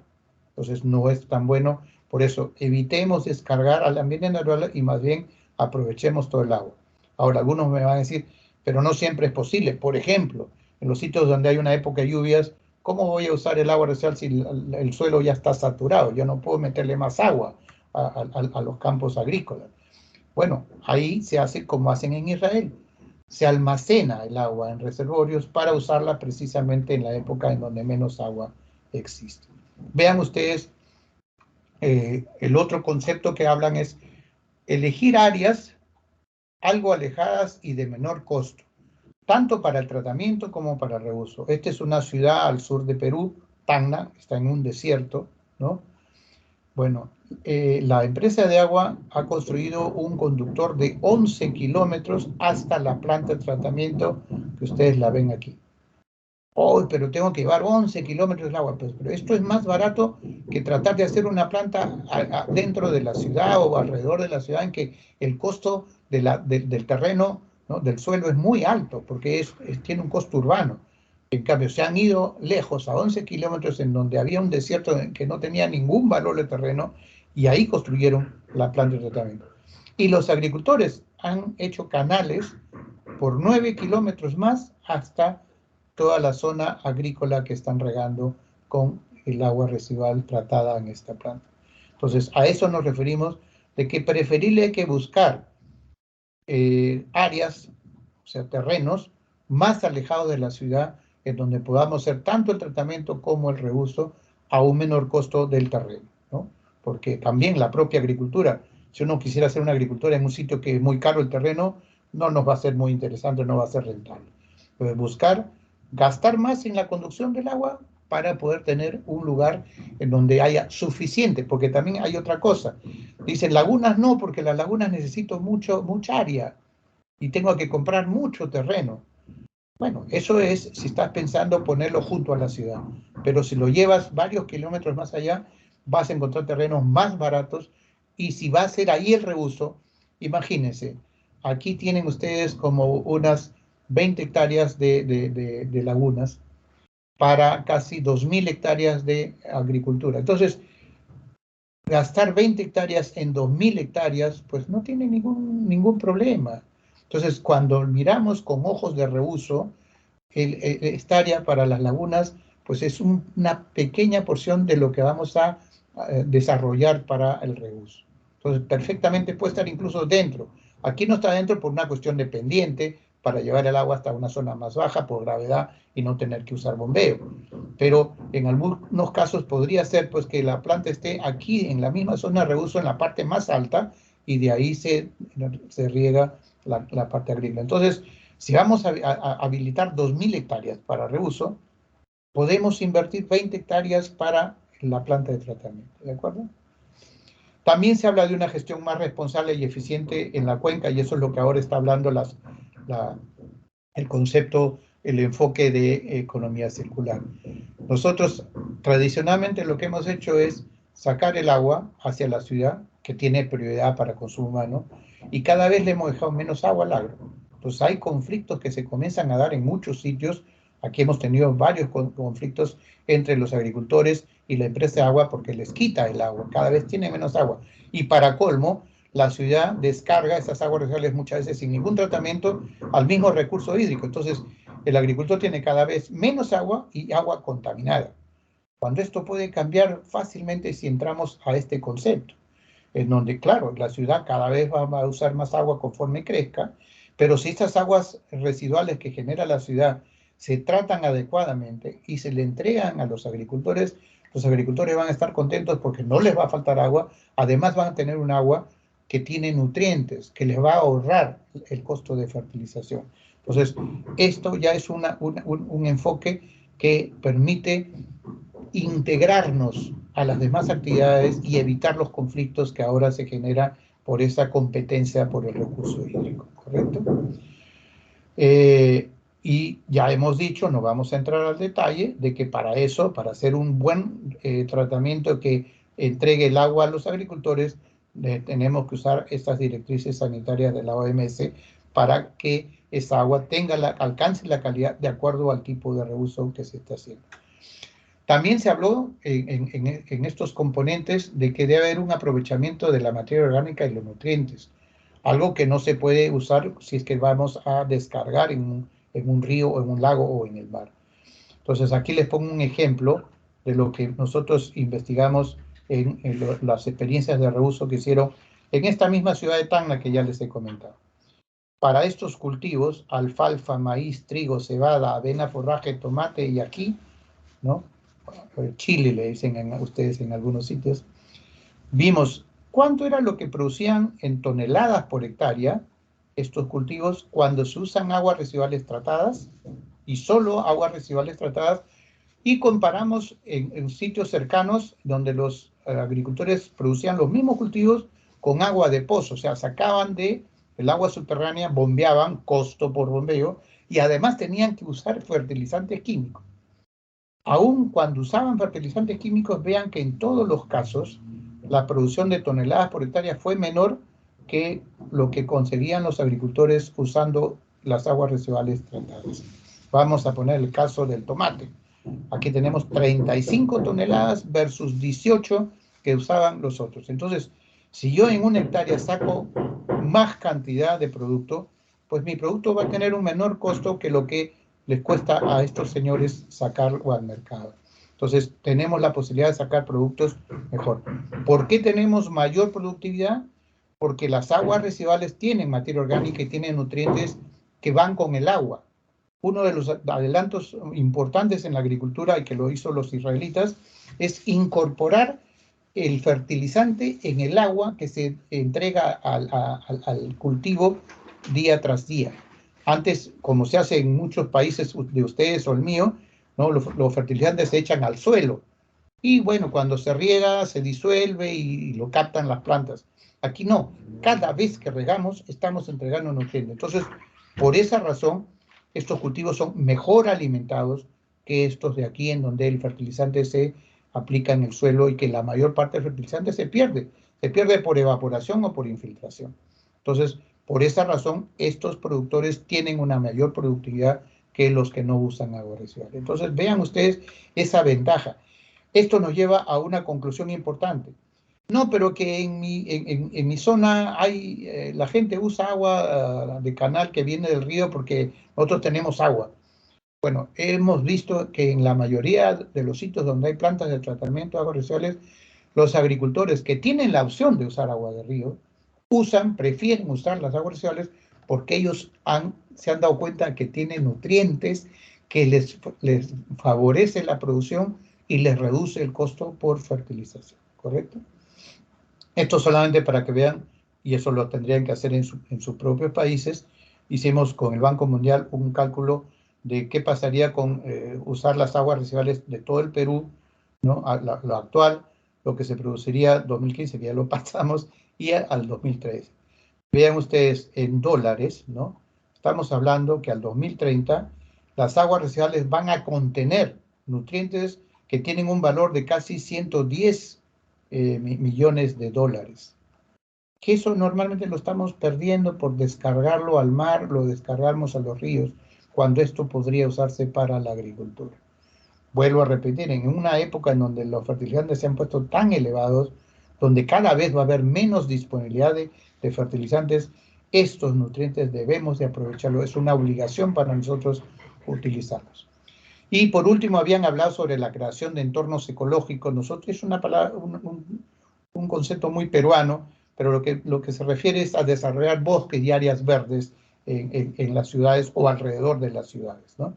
Estas son unas imágenes del complejo bioecológico de San Juan en Lima, Perú, donde hay 600 hectáreas en un terreno que antes era un desierto, no había agua, no hay ningún recurso hídrico ahí.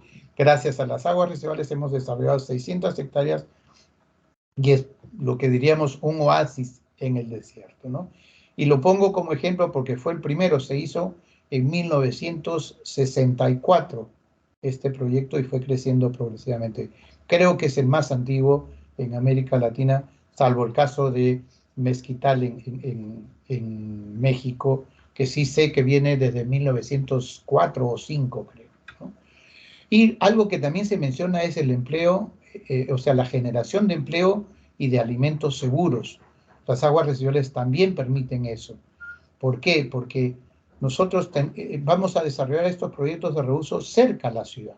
Puede ser 4 o 10 kilómetros, pero están cerca.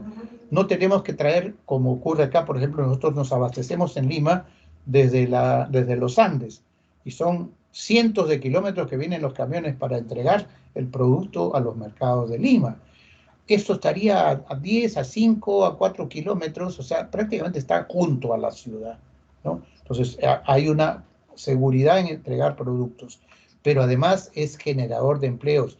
Y no es un empleo más como cualquier actividad, es un empleo especial, algo que seguramente también en sus países sucede, como en el Perú, es que mucha gente migra desde el ámbito rural, ¿no?, de las zonas agrícolas hacia la ciudad, porque esperan encontrar pues un mejor horizonte, un mejor desarrollo de su familia. Pero desdichadamente son personas que vienen sin una preparación, sin ninguna capacitación para las actividades propias de la ciudad, como las oficinas y cosas por el estilo. Sin embargo, traen una gran experiencia de agricultura. Entonces, si nosotros desarrollamos este tipo de proyectos, le damos trabajo a esa gente que probablemente es la que menos oportunidad tiene en la ciudad. Entonces, no es un empleo más, sino es un empleo especial para esa gente con menos posibilidades. Entonces, también hicimos igual con el Banco Mundial para Perú, calculamos, por ejemplo, que las aguas residuales al 2030 podrían generar 86.760 nuevos empleos directos y 433.800 empleos indirectos. O sea, realmente es una oportunidad de trabajo para todos. Entonces, aquí hablemos pues finalmente de los beneficios de integrar este tratamiento al reuso. Primero, hay una reducción de la tarifa para el tratamiento, porque estamos compartiendo los costos de operación y tratamiento de las plantas con los nuevos usuarios, con los beneficiarios, que son los que reusan el agua residual. Mayor capacidad económica para la empresa de agua. Decíamos que siempre el tratamiento es la última rueda del coche en la empresa de agua. Nunca hay suficiente dinero para hacer una buena operación de mantenimiento. Siempre se prioriza el abastecimiento de agua o el alcantarillado. Bueno, si hay, ya en el Perú estamos haciendo esa experiencia. Estamos, entre comillas, vendiendo el agua, que es un bien público, pero en realidad lo que vendemos es el servicio de tratar el agua para que ese reusante pueda usarla en su negocio. Entonces, ya se está cobrando por eso, y eso es un ingreso que incluso lo hemos destinado como fideicomiso específicamente para la operación y mantenimiento de las plantas de tratamiento, y eso le va a dar pues esa mayor capacidad económica a la empresa para poder sostener el tratamiento. Por eso es que a continuación digo eso, mayor viabilidad y sostenibilidad del tratamiento. Un adecuado manejo de riesgos a la salud del ambiente, porque ya hemos dicho, los problemas, los riesgos, los eventos peligrosos se generan cuando hay una mala operación y mantenimiento de las plantas. Si tenemos una buena operación y mantenimiento, pues estamos reduciendo definitivamente los riesgos tanto a la salud como al ambiente. Menos gasto social en la atención de enfermedades entéricas, que sigue siendo el principal problema de salud pública en nuestras poblaciones. Hay un incremento de la oferta de agua para riego, especialmente en zonas donde hay muchas limitaciones de agua, ¿no? Hay zonas que son áridas en varios países, ¿no? Que perfectamente pues tienen esa oferta de agua. Hay un uso eficiente de los recursos hídricos, porque priorizamos el primer uso de una fuente, por ejemplo, para el consumo humano, y ya para otros usos como la agricultura lo podemos hacer a través de las aguas residuales. Se protege las fuentes, porque en vez de que las aguas se descarguen al río y que de ahí es la fuente para una ciudad que está aguas abajo, ¿no? Para consumo humano incluso, bueno, ahora estamos protegiendo en la medida en que estamos llevando el agua residual a un tratamiento para un reuso. Aporte de nutrientes para los cultivos, lo acabamos de decir, una ampliación de la frontera agrícola. Miren, el caso de Tacna que les he comentado, la agricultura en Tacna ha ido creciendo en función a que la ciudad cada vez tenía más agua para abastecerse. Ese ha sido el mecanismo para que crezca la agricultura. Y también les he puesto el caso de Mezquital. Me dicen que en el año 1903 o 4 Mezquital tenía apenas 2.000 hectáreas de cultivos agrícolas. Ya les mencioné que ahora tiene 85.000. ¿Cómo? Gracias a las aguas residuales, porque el río que pasa por allá es pequeño, o sea, no podría abastecer a esas 85.000 hectáreas, pero las aguas residuales de la Ciudad de México sí lo permiten, ¿de acuerdo? Entonces hay una ampliación de la frontera agrícola. Hay un incremento de la producción segura de alimentos, ¿no? Porque vamos a producir y cerca, y hay la generación de empleo agrícola en la ciudad, lo que acabamos de comentar hace un rato. Entonces, vean todos los beneficios de integrar el tratamiento al reuso. Por supuesto que todo no es pues un color de rosas. Hay limitaciones en la actividad de reuso. Primero que hay una gran informalidad. O sea, estas experiencias de reuso se han ido desarrollando por cuenta y voluntad propia de los agricultores que vieron que había agua, que tenía nutrientes y lo aprovecharon, pero no había ningún control. Entonces, el esfuerzo que estamos haciendo en ese momento con la cooperación alemana aquí en el Perú es tratar de formalizar todas las experiencias de reuso, que no son pocas. Tenemos más de 13.000 hectáreas agrícolas regadas con aguas residuales. Entonces, eso estamos tratando de formalizar, porque cuando algo es informal, sencillamente no tiene control y pueden haber riesgos que no son manejables, ¿no? Hay una dificultad normativa y administrativa para formalizarse. Siempre nuestros queridos amigos del sector público siempre nos arman normas complicadas, exigentes, ¿no? Quieren hacerlo como si fuera de la noche a la mañana, como Estados Unidos. Y entonces, de esa manera, la gente sigue informal, porque no puede asumir todas las exigencias que hacen para formalizar. Entonces, estamos trabajando también con las normativas, capacitando a los funcionarios públicos para que colaboren en la formalización. El agua residual depende de la empresa de agua y saneamiento. Y por lo general siempre los funcionarios de estas empresas han sido totalmente ajenas al reuso. No, a mí no me compliquen la vida. Yo trato, lo descargo en el río y se acabó el asunto. No me compliquen con que tengo que hacer un compromiso, un contrato, tengo que controlar la calidad para poderle entregar al reusante. Entonces, eso tiene que cambiar. Estamos trabajando muy fuerte con las empresas de agua para que eso cambie. Hay un desconocimiento de la calidad de los efluentes. Muchas plantas no controlan, no hay un monitoreo de la calidad de los efluentes y los requerimientos que necesitan para cada tipo de reuso, para cada tipo de cultivo que hemos visto que es diferente, exigencia de calidad. Entonces, eso tenemos que ponerlo muy claro para que si se va a destinar reuso, sepamos qué reuso es y qué exigencia de calidad tiene para que el tratamiento cumpla con esa exigencia, ¿no? Y lo que te ha hecho hasta ahora muy poco, estamos intentando hacerlo, es darle valor a este recurso. Entonces hay un desconocimiento, este es un residuo, hay que tirarlo nomás, ¿no? Y incluso hay que pagar por disponerlo adecuadamente. Pues ahora entendemos que es un recurso que puede ser aprovechado. Entonces, lo primero que tenemos que hacer es valorizar ese recurso para llegar a una motivación en el reuso, ¿no? Finalmente, el tema 6, que no sé cómo estamos con el tiempo, nos queda solamente 40 minutos. Voy a compartir muy rápidamente algunas experiencias que creo que es lo que a De veces hecho, habla más que... nada más, Sí, don Julio, perdón. nos quedan 23 minutos por aquí. 23, exactamente, sí. Son 10 11, 19 y 37 para ustedes. Sí, ok. Entonces, muy rápidamente algunas cosas que avanzamos. Les voy a comentar. Bueno, en realidad en Perú desde 1963 comenzamos a hacer experiencias de reuso. Hemos incluso trabajado con producción de peces de tilapia durante 10 años. Usamos como nuestro laboratorio las lagunas de estabilización de San Juan, en el sur de Lima, y eso fue pues un laboratorio para evaluar. Por ejemplo, aquí se desarrollaron modelos para el diseño de plantas de tratamiento y también para reusos de diferentes tipos, ¿no? Tenemos casi 40 años de experiencia.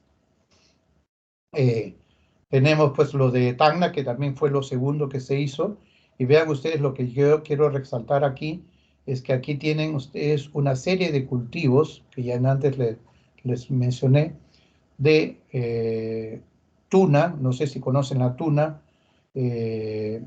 pero no la producen para fruta, sino para la producción de cochinilla. La cochinilla es un escarabajo que produce un colorante natural, el carmín, que se usa mucho en la industria. Entonces ellos antiguamente sembraban papas, sembraban algunos hortalizas, pero se dieron cuenta de que era más negocio trabajar con ese tipo. Tara son unos árboles que producen taninos para la industria de las curtiembres y otro tipo de industrias, ¿no?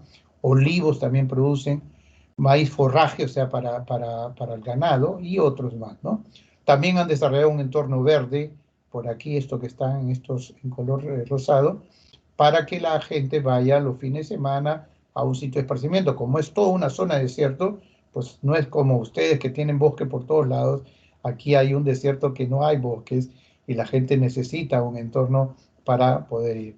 Este es el bosque que estamos hablando en esta foto. Yo he visto sembrar, a los niños de los colegios los llevaron a sembrar estos arbolitos y solamente en 11 años llegaron a la altura que ustedes ven. Aquí estamos abajo las personas. O sea, esa es la gran ventaja del agua residual, ¿no? Esta es la tuna que está infectada con la cochinilla para sacar el carmín. Esta es la tara. Y aquí en esta zona hay, aparte de bosque, hay una zona de esparcimiento, hasta un zoológico, etcétera, ¿no? Miren, este es un caso del Club de Golf en Lima, en San Isidro, ¿no? Que al principio usaba agua potable para regar el club de golf. Sin embargo, pues en Lima todavía hay 800.000 personas que no tienen acceso al agua, entonces es un crimen usar el agua potable para regar áreas verdes. Bueno, ellos pusieron unas lagunas aireadas aquí y ahora riegan perfectamente. Nos dicen ellos que redujeron al 30% su costo de agua para mantener este club de golf. Pero uno puede decir, bueno, en sitios con mayor nivel económico es más justificable. Bueno, este es Villa El Salvador, al sur de Lima, que es una zona muy populosa, de gente relativamente pobre. Algunos municipios, como Villa El Salvador, han puesto una planta compacta aquí, y en vez de tener las bermas centrales de las avenidas sin nada, sin árboles, en donde la gente arroja basura, qué sé yo, pues se convirtió en un área verde en donde ahora la gente puede salir, los niños pueden recrearse en esa zona. Entonces, ven pues que tanto para la gente más pudiente como menos pudiente, el reuso es una opción. Aquí en el mismo Villa El Salvador se ha desarrollado un parque zonal, que es lo que ven en esta vista aérea. Aquí es el mapa, toda esta parte es el parque y aquí está en la planta de tratamiento. Fue un convenio entre la empresa de agua y la empresa que opera los parques zonales. Vean, pues son parques muy lindos donde la gente va los fines de semana con sus hijos, ¿no? Hacen parrillas, juegan fútbol y qué otras cosas más, ¿no? Entonces, esto es gracias al agua residual porque aquí no hay otra fuente de agua. O lo que está haciendo la Municipalidad del Callao, que también firmó un acuerdo con Sedapal, pero aquí se trata de una empresa privada que ha tenido un contrato con la Municipalidad del Callao y la Municipalidad les ha dado un terreno, ellos han puesto su propia planta con inversión de la propia empresa privada, ¿no? Esto de acá, y de aquí se surte con agua tratada a los camiones cisterna que van a regar. Por aquí tengo 163 hectáreas de parques y jardines del Callao que riegan gracias a esta planta de tratamiento. Pero estos son casos más específicos. Lo que también hemos querido es tener una visión completa de toda la ciudad. Toda la ciudad que tiene pues por lo menos alrededor de 3.000 hectáreas de áreas verdes que o son regadas con agua potable o con agua de río que le quitan la opción a la gente para usarlo para otras actividades. Entonces, vean ustedes, aquí hay las fuentes que usa actualmente la ciudad de Lima, son 3.8 metros cúbicos por segundo para regar todas las áreas verdes, agua de río pretratada, agua subterránea de pozo que hay que bombear, agua potable, y alguna parte se usa con aguas residuales, ¿no? Entonces, eso determina un volumen de 119 millones de metros cúbicos al año. Aplicando las tarifas, Lima está gastando alrededor de 214 millones de soles por el riego de sus áreas verdes. Si nosotros estas otras fuentes las cambiamos y todo lo regamos con aguas residuales, el costo baja de 214 a 53 millones. O sea, vemos cómo podemos ahorrar por usar aguas residuales, pero que tienen que ser obviamente bien tratadas. Entonces hemos analizado cuáles son las áreas verdes en cada parte de la ciudad, qué fuentes de agua hay, o sea, qué plantas de tratamiento están instaladas ahí que pueden abastecerlo, y hemos ido identificando dónde es necesario poner más plantas de tratamiento para atender la necesidad de la ciudad, ¿no? Un caso interesante es el caso de Ica. Eso es una ciudad al sur de Perú, una zona muy árida, pero donde hay una agricultura de exportación muy fuerte. Bueno, aquí la empresa de agua que se llama Emapica sacó a subasta el agua residual sin tratamiento, ojo, ¿no? Y les puso un precio aquí, ¿no? Ganó una empresa Agrocasa, ¿no? Se le va a entregar 215 litros por segundo con un caudal máximo de 285, o sea, más o menos son 9 millones de metros cúbicos al año, ¿no? Ellos ofrecieron una tarifa mayor que la tarifa que se sacó en la subasta, por eso ganaron, ¿no? Y vean ellos, para no entrar en mucho detalle, ellos tienen que invertir en poner su propia planta, van a pagar un alquiler por el terreno que es de la empresa de agua para poner esa planta, esto va a ser por 20 años, y van a tener que operar y mantener la planta, ¿no? Con todo esto, la empresa agrícola, que es una empresa de exportación de paltos, ¿no? Perdón, aquí está, por el costo de inversión le va a salir 12 centavos de dólar por metro cúbico, operación de mantenimiento 15 centavos, el costo que van a pagarle a la empresa por el agua residual cruda, 5 centavos, o sea, en total a ellos les va a costar 32 centavos de dólar por metro cúbico de agua residual tratada. Comparando, ellos gastan 0,16, o sea, 16 centavos si es que bombean el agua que ahora lo usan todavía el agua de bombeo, pero que es un recurso limitado. Y el aporte de nutrientes es de 11 centavos por metro cúbico. Entonces, sumando esto, es cercano a lo que están pagando y sobre todo van a tener un agua constante y a futuro no van a tener riesgos de que el agua subterránea se acabe, haya que profundizar los pozos o comience a haber problemas de salinidad. Entonces, con eso están asegurando ellos su producción, ¿no? Hay un proyecto a nivel de toda la costa del Perú, que es una zona desértica, ¿no?, salvo los valles de los ríos que pasan, de desarrollar 7.280 hectáreas de bosques. Esto es para bosques exclusivamente, para poner bosques al lado de las ciudades, ¿no? Aquí también, si nosotros usábamos lodos activados, íbamos a necesitar 140 millones de dólares para todas estas ciudades, que son 7 que hemos escogido. Si se usan, en cambio, lagunas, las lagunas convencionales, baja de 148 a 47 millones de dólares. Pero si usan solo lagunas primarias, porque no necesitamos mucha calidad, porque vamos a sembrar, va a ser bosques, ¿no?, baja el costo a 28 millones de dólares, o sea, 29 millones de dólares. Entonces, vemos cómo podemos ahorrar en el tratamiento por el reuso que se está planteando, ¿no? Para el caso de una ciudad que se llama Chimbote, que es la ciudad pesquera más grande del Perú, y somos el segundo país pesquero más grande del mundo, ¿no? Aquí lo que se ha hecho es plantear todo el desarrollo de unas áreas de bosques importante, como parte de ese proyecto para toda la costa. Aquí hemos definido que vamos a desarrollar 1.250 hectáreas de bosque.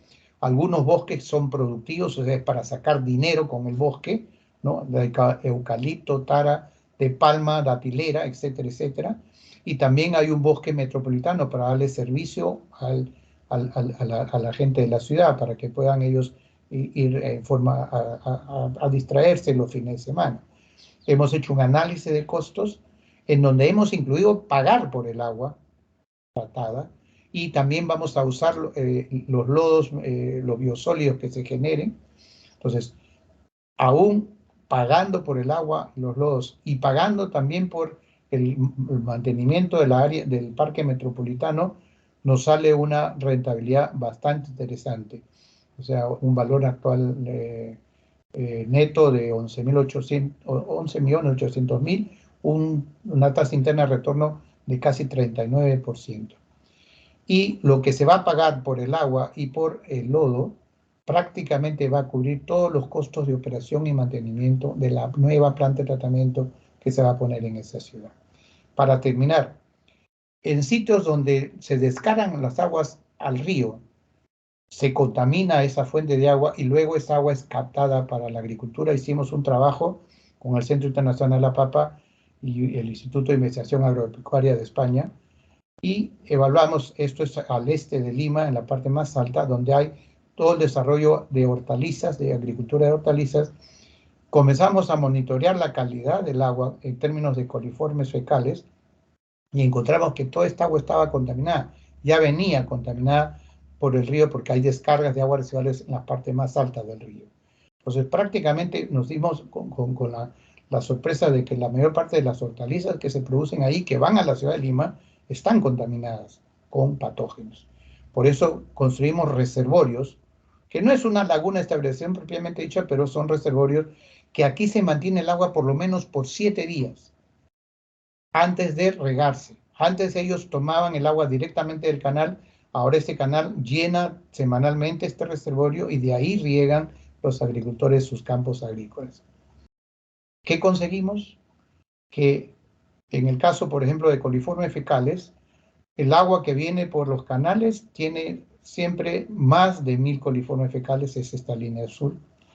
Cuando el agua que se almacenaba en el reservorio por 7 días se usaba para riego, siempre estuvo por debajo de 1.000 coliformes fecales. En el caso de El Mintos, tuvimos en algún momento hasta 50 huevos por litro, ¿no? Siempre había, ¿no?, en todo el tiempo. Cuando usamos el agua reservorio, 0, ya no había en El Mintos. Entonces vean cómo pudimos resolver el asunto. Hemos seguido construyendo nuevos reservorios. En los reservorios se están criando peces, y para eso es bueno, porque la gente tiene una fuente de proteína ahora en esas zonas rurales donde normalmente comen muy poca proteína, ¿no? Y como les decía en algún momento, los supermercados están buscando a esta gente que tiene estos sistemas, porque saben que sus productos salen con mejor calidad para el mercado. Ya les deben haber dado estas referencias. Aquí hay un manual de buenas prácticas para el uso seguro y productivo de aguas residuales que lo hice para la Autoridad Nacional del Agua por un financiamiento con la FAO. Y también les recomiendo leer este documento, que es nuevo, realmente nuevo, del Banco Mundial, Aguas Residuales de Residuo a Recurso, que les he compartido algunas cosas de ellos, ¿no? Eso creo que sería. No sé cómo estamos con tiempo. Muchas gracias por su atención y sobre todo aguantar 2 horas de escucharme. Pero si quedan algunos minutos, creo que quedan algunos minutos. Diego, no sé si alguna pregunta haya. No, Podemos. muchas gracias, don Julio. Si gustan, podemos hacer preguntas durante 15 minutos. Si alguno o alguna tiene preguntas al respecto de la presentación de don Julio, le paso a agradecerle porque estuvo súper bien y además bastante técnica y bastante amplia. Preguntas, Juan Andrés, adelante. Hola, buenos días, Julio. ¿Cómo te va? Buenos días, Luis. Un ¿Qué tal? placer, Bueno, Juan Andrés Rojano. Yo hago parte de la Comisión de Regulación de Agua Potable y Saneamiento Básico acá en Colombia. Me llama mucho la atención la forma en la que explicaste todo el proceso. Hay un aspecto muy puntual del cual quisiera que me ampliaras un poco la información. Y es ese que en su momento nos presentaste en una diapositiva sobre la parte de la disminución de los costos y cómo puede impactar el tema de la utilización del reuso de las aguas residuales en las empresas públicas que manejan todo el tema del alcantarillado.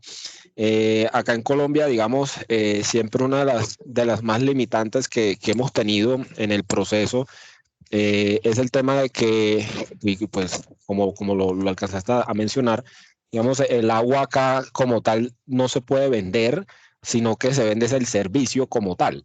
Entonces, y eso acá pues nos ha generado ciertas complicaciones porque desde el punto de vista del servicio público de alcantarillado, en esa condición de pronto del servicio de vender ese servicio de poder entregar las aguas residuales, se sale un poco lo que es el servicio público como tal.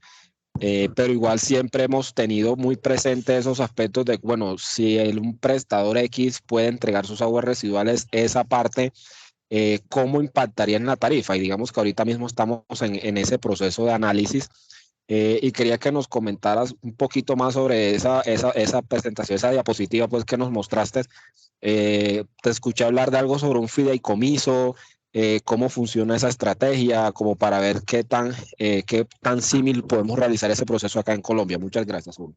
correcto, Juan Andrés, y me sonreía porque justo hace pocos días he estado por allá por Colombia apoyando también a CREU para ver qué pasa en la región caribeña de ustedes, ¿no? En donde tienen ustedes, pues, como alguien me dijo, aquí hay una lluvia muy fuerte, ¿no? Hay mucha cantidad de agua que produce incluso, pues, hasta problemas por exceso, pero que tienen una época seca muy dura, ¿no? De 4 meses y medio, y esa gente dedicada fundamentalmente a la ganadería se ve obligada a vender su ganado al principio de la época seca porque sus pastizales pues ya no funcionan en esa época, ¿no? Entonces, ahí lo que se está proponiendo es usar las aguas residuales, primero para regar esos pastizales y segundo para producir forrajes silo, esos que se almacenan para esa época precisamente. Ya hay municipios como San Antero que está comprando forrajes para poder apoyar a los ganaderos en esta época seca en donde se quedan sin alimento el ganado y que están obligados a venderlo cuando pudieran continuar su engorde y tener pues una rentabilidad mayor, ¿no? Entonces, claro, el problema que tenemos en Colombia es que hay muy poca experiencia de reuso y eso amerita la necesidad de comenzar a hacer algunas experiencias piloto como la que se va a hacer en San Antero. Yo creo que de ahí se va a sacar mucho. Trabajamos con las corporaciones autónomas regionales, trabajamos con las empresas de agua de Montería, de Barranquilla, de Cartagena, nos hemos reunido con ellos y hemos visto esto que tú estás hablando. Definitivamente la norma, aun cuando la acaban de cambiar y la han hecho mucho más factible de poder reusar el agua, todavía tiene demasiadas exigencias que no le va a ser fácil a los reusantes cumplirlas, sobre todo por una cuestión de costo, ¿no? Porque hay que hacer un monitoreo de la calidad del agua que realmente es grande y costosa. Entonces, lo que estamos proponiendo es que eso lo haga la empresa de agua y saneamiento para que ya con esa calidad definida, acreditada, los agricultores pidan su autorización de uso de aguas residuales, ¿no? Ahora, la norma también tiene que ser ajustada. Tienes razón, allá pasa como en el Perú, que el agua es un bien público, no puede ser vendida, como sí ocurre en el caso de Chile, pero lo que se está pidiendo, o sea, las normas que hemos sacado aquí en el Perú hablan de vender el servicio de tratamiento de las aguas residuales para hacerlas aptas y ponerlas en el lugar donde se necesita reusar el agua, ¿no? Tenemos varias experiencias con reuso en la minería, por ejemplo, y hay un caso muy interesante, ¿no? Y también en agricultura que se está haciendo. Ahora, lo que se está haciendo es definir la norma para permitir que eso, bueno, ya está autorizada, entre comillas, la venta del agua, pero en realidad es la venta del servicio, lo decimos disimuladamente, ¿no? Y se puede comercializar agua cruda, agua tratada o el servicio de tratamiento del agua. Las tres cosas pueden hacer las empresas de agua. Y lo otro que se ha establecido es que los ingresos que hayan a la empresa de agua, como son empresas públicas además, no como ustedes que tienen privadas, hay tarifas establecidas, ¿no? por la Superintendencia de Saneamiento.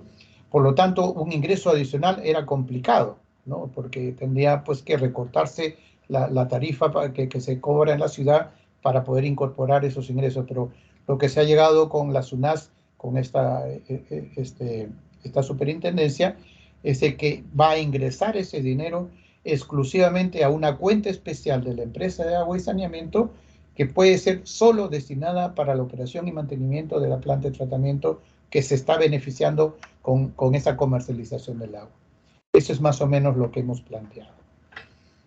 Es un proceso que hay que ir sacando adelante, ir ajustando normas para que facilitan esa posibilidad de comercializar el agua y de poder tener un ingreso adicional.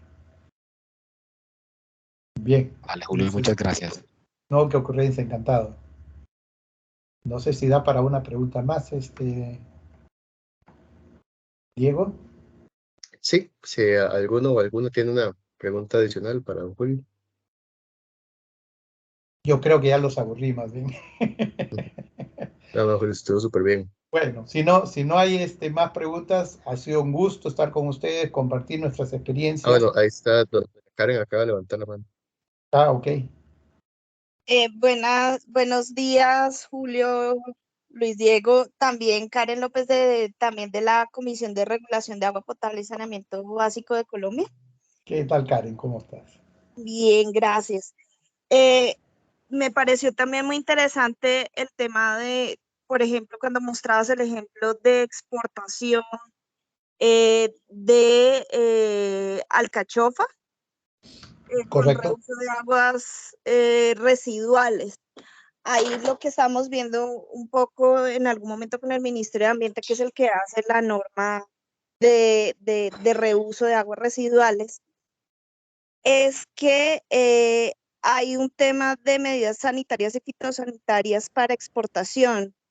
Ellos, pues en realidad pusieron la norma bastante restrictiva para poder cumplir con ese tema de medidas sanitarias y fitosanitarias, pero creo que no tenían tan claro que se podía, por ejemplo, hacer remoción de patógenos antes de remoción de materia orgánica, porque pues digamos que una mala concepción generalizada que existe es que para remover patógenos hay que remover la materia orgánica de las aguas residuales, porque los es una patógenos obligación. se alimentan precisamente de esa materia orgánica, pero pues lo que estamos viendo es que no necesariamente es así, seguramente con este tema de las lagunas facultativas. Correcto. Pero la pregunta iba más a si hay experiencias en esas negociaciones, digamos, bilaterales con los países con los que se negocian los productos, Sí. precisamente por esas restricciones de las medidas sanitarias y fitosanitarias de los países que compran, digamos, estos productos en exportación. Claro. Correcto, Karen. Mira, lo que pasa es que sí, tienes toda la razón. Hay exigencias sanitarias que tienen que ser cumplidas para exportar a los diferentes países. Y por supuesto que estos exportadores no la incumplen. O sea, si ellos cumplen con las exigencias, no hay ningún problema. Pero nadie te dice, no uses agua residual, sino dame este producto con esta calidad. Y yo tengo que certificar que esto está con la calidad que se ha establecido en estas directrices. Entonces, el caso de Argentina que les he comentado, de Mendoza, que exporta, cumple con esas exigencias. El caso de los peruanos que están exportando paltos también cumple con eso. O sea, no hay problema de usar el agua si nosotros conseguimos un producto con la calidad que se exige en el comercio internacional. O sea, por ese lado no hay ningún problema, ¿no?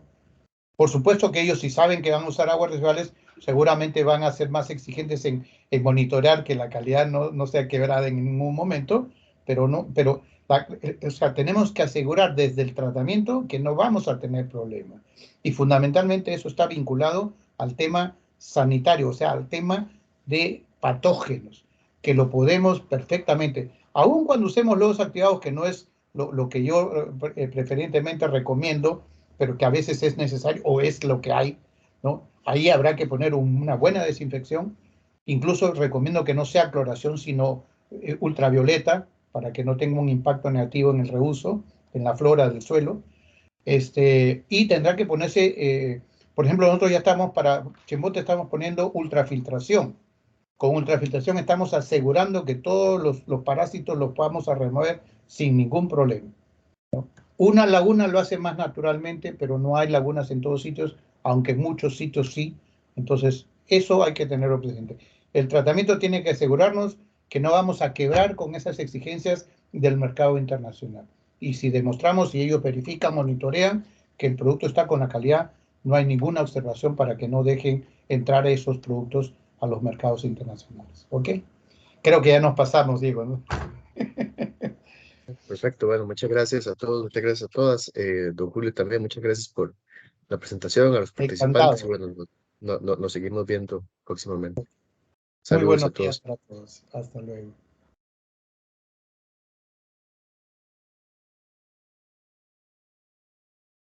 Gracias, hasta luego.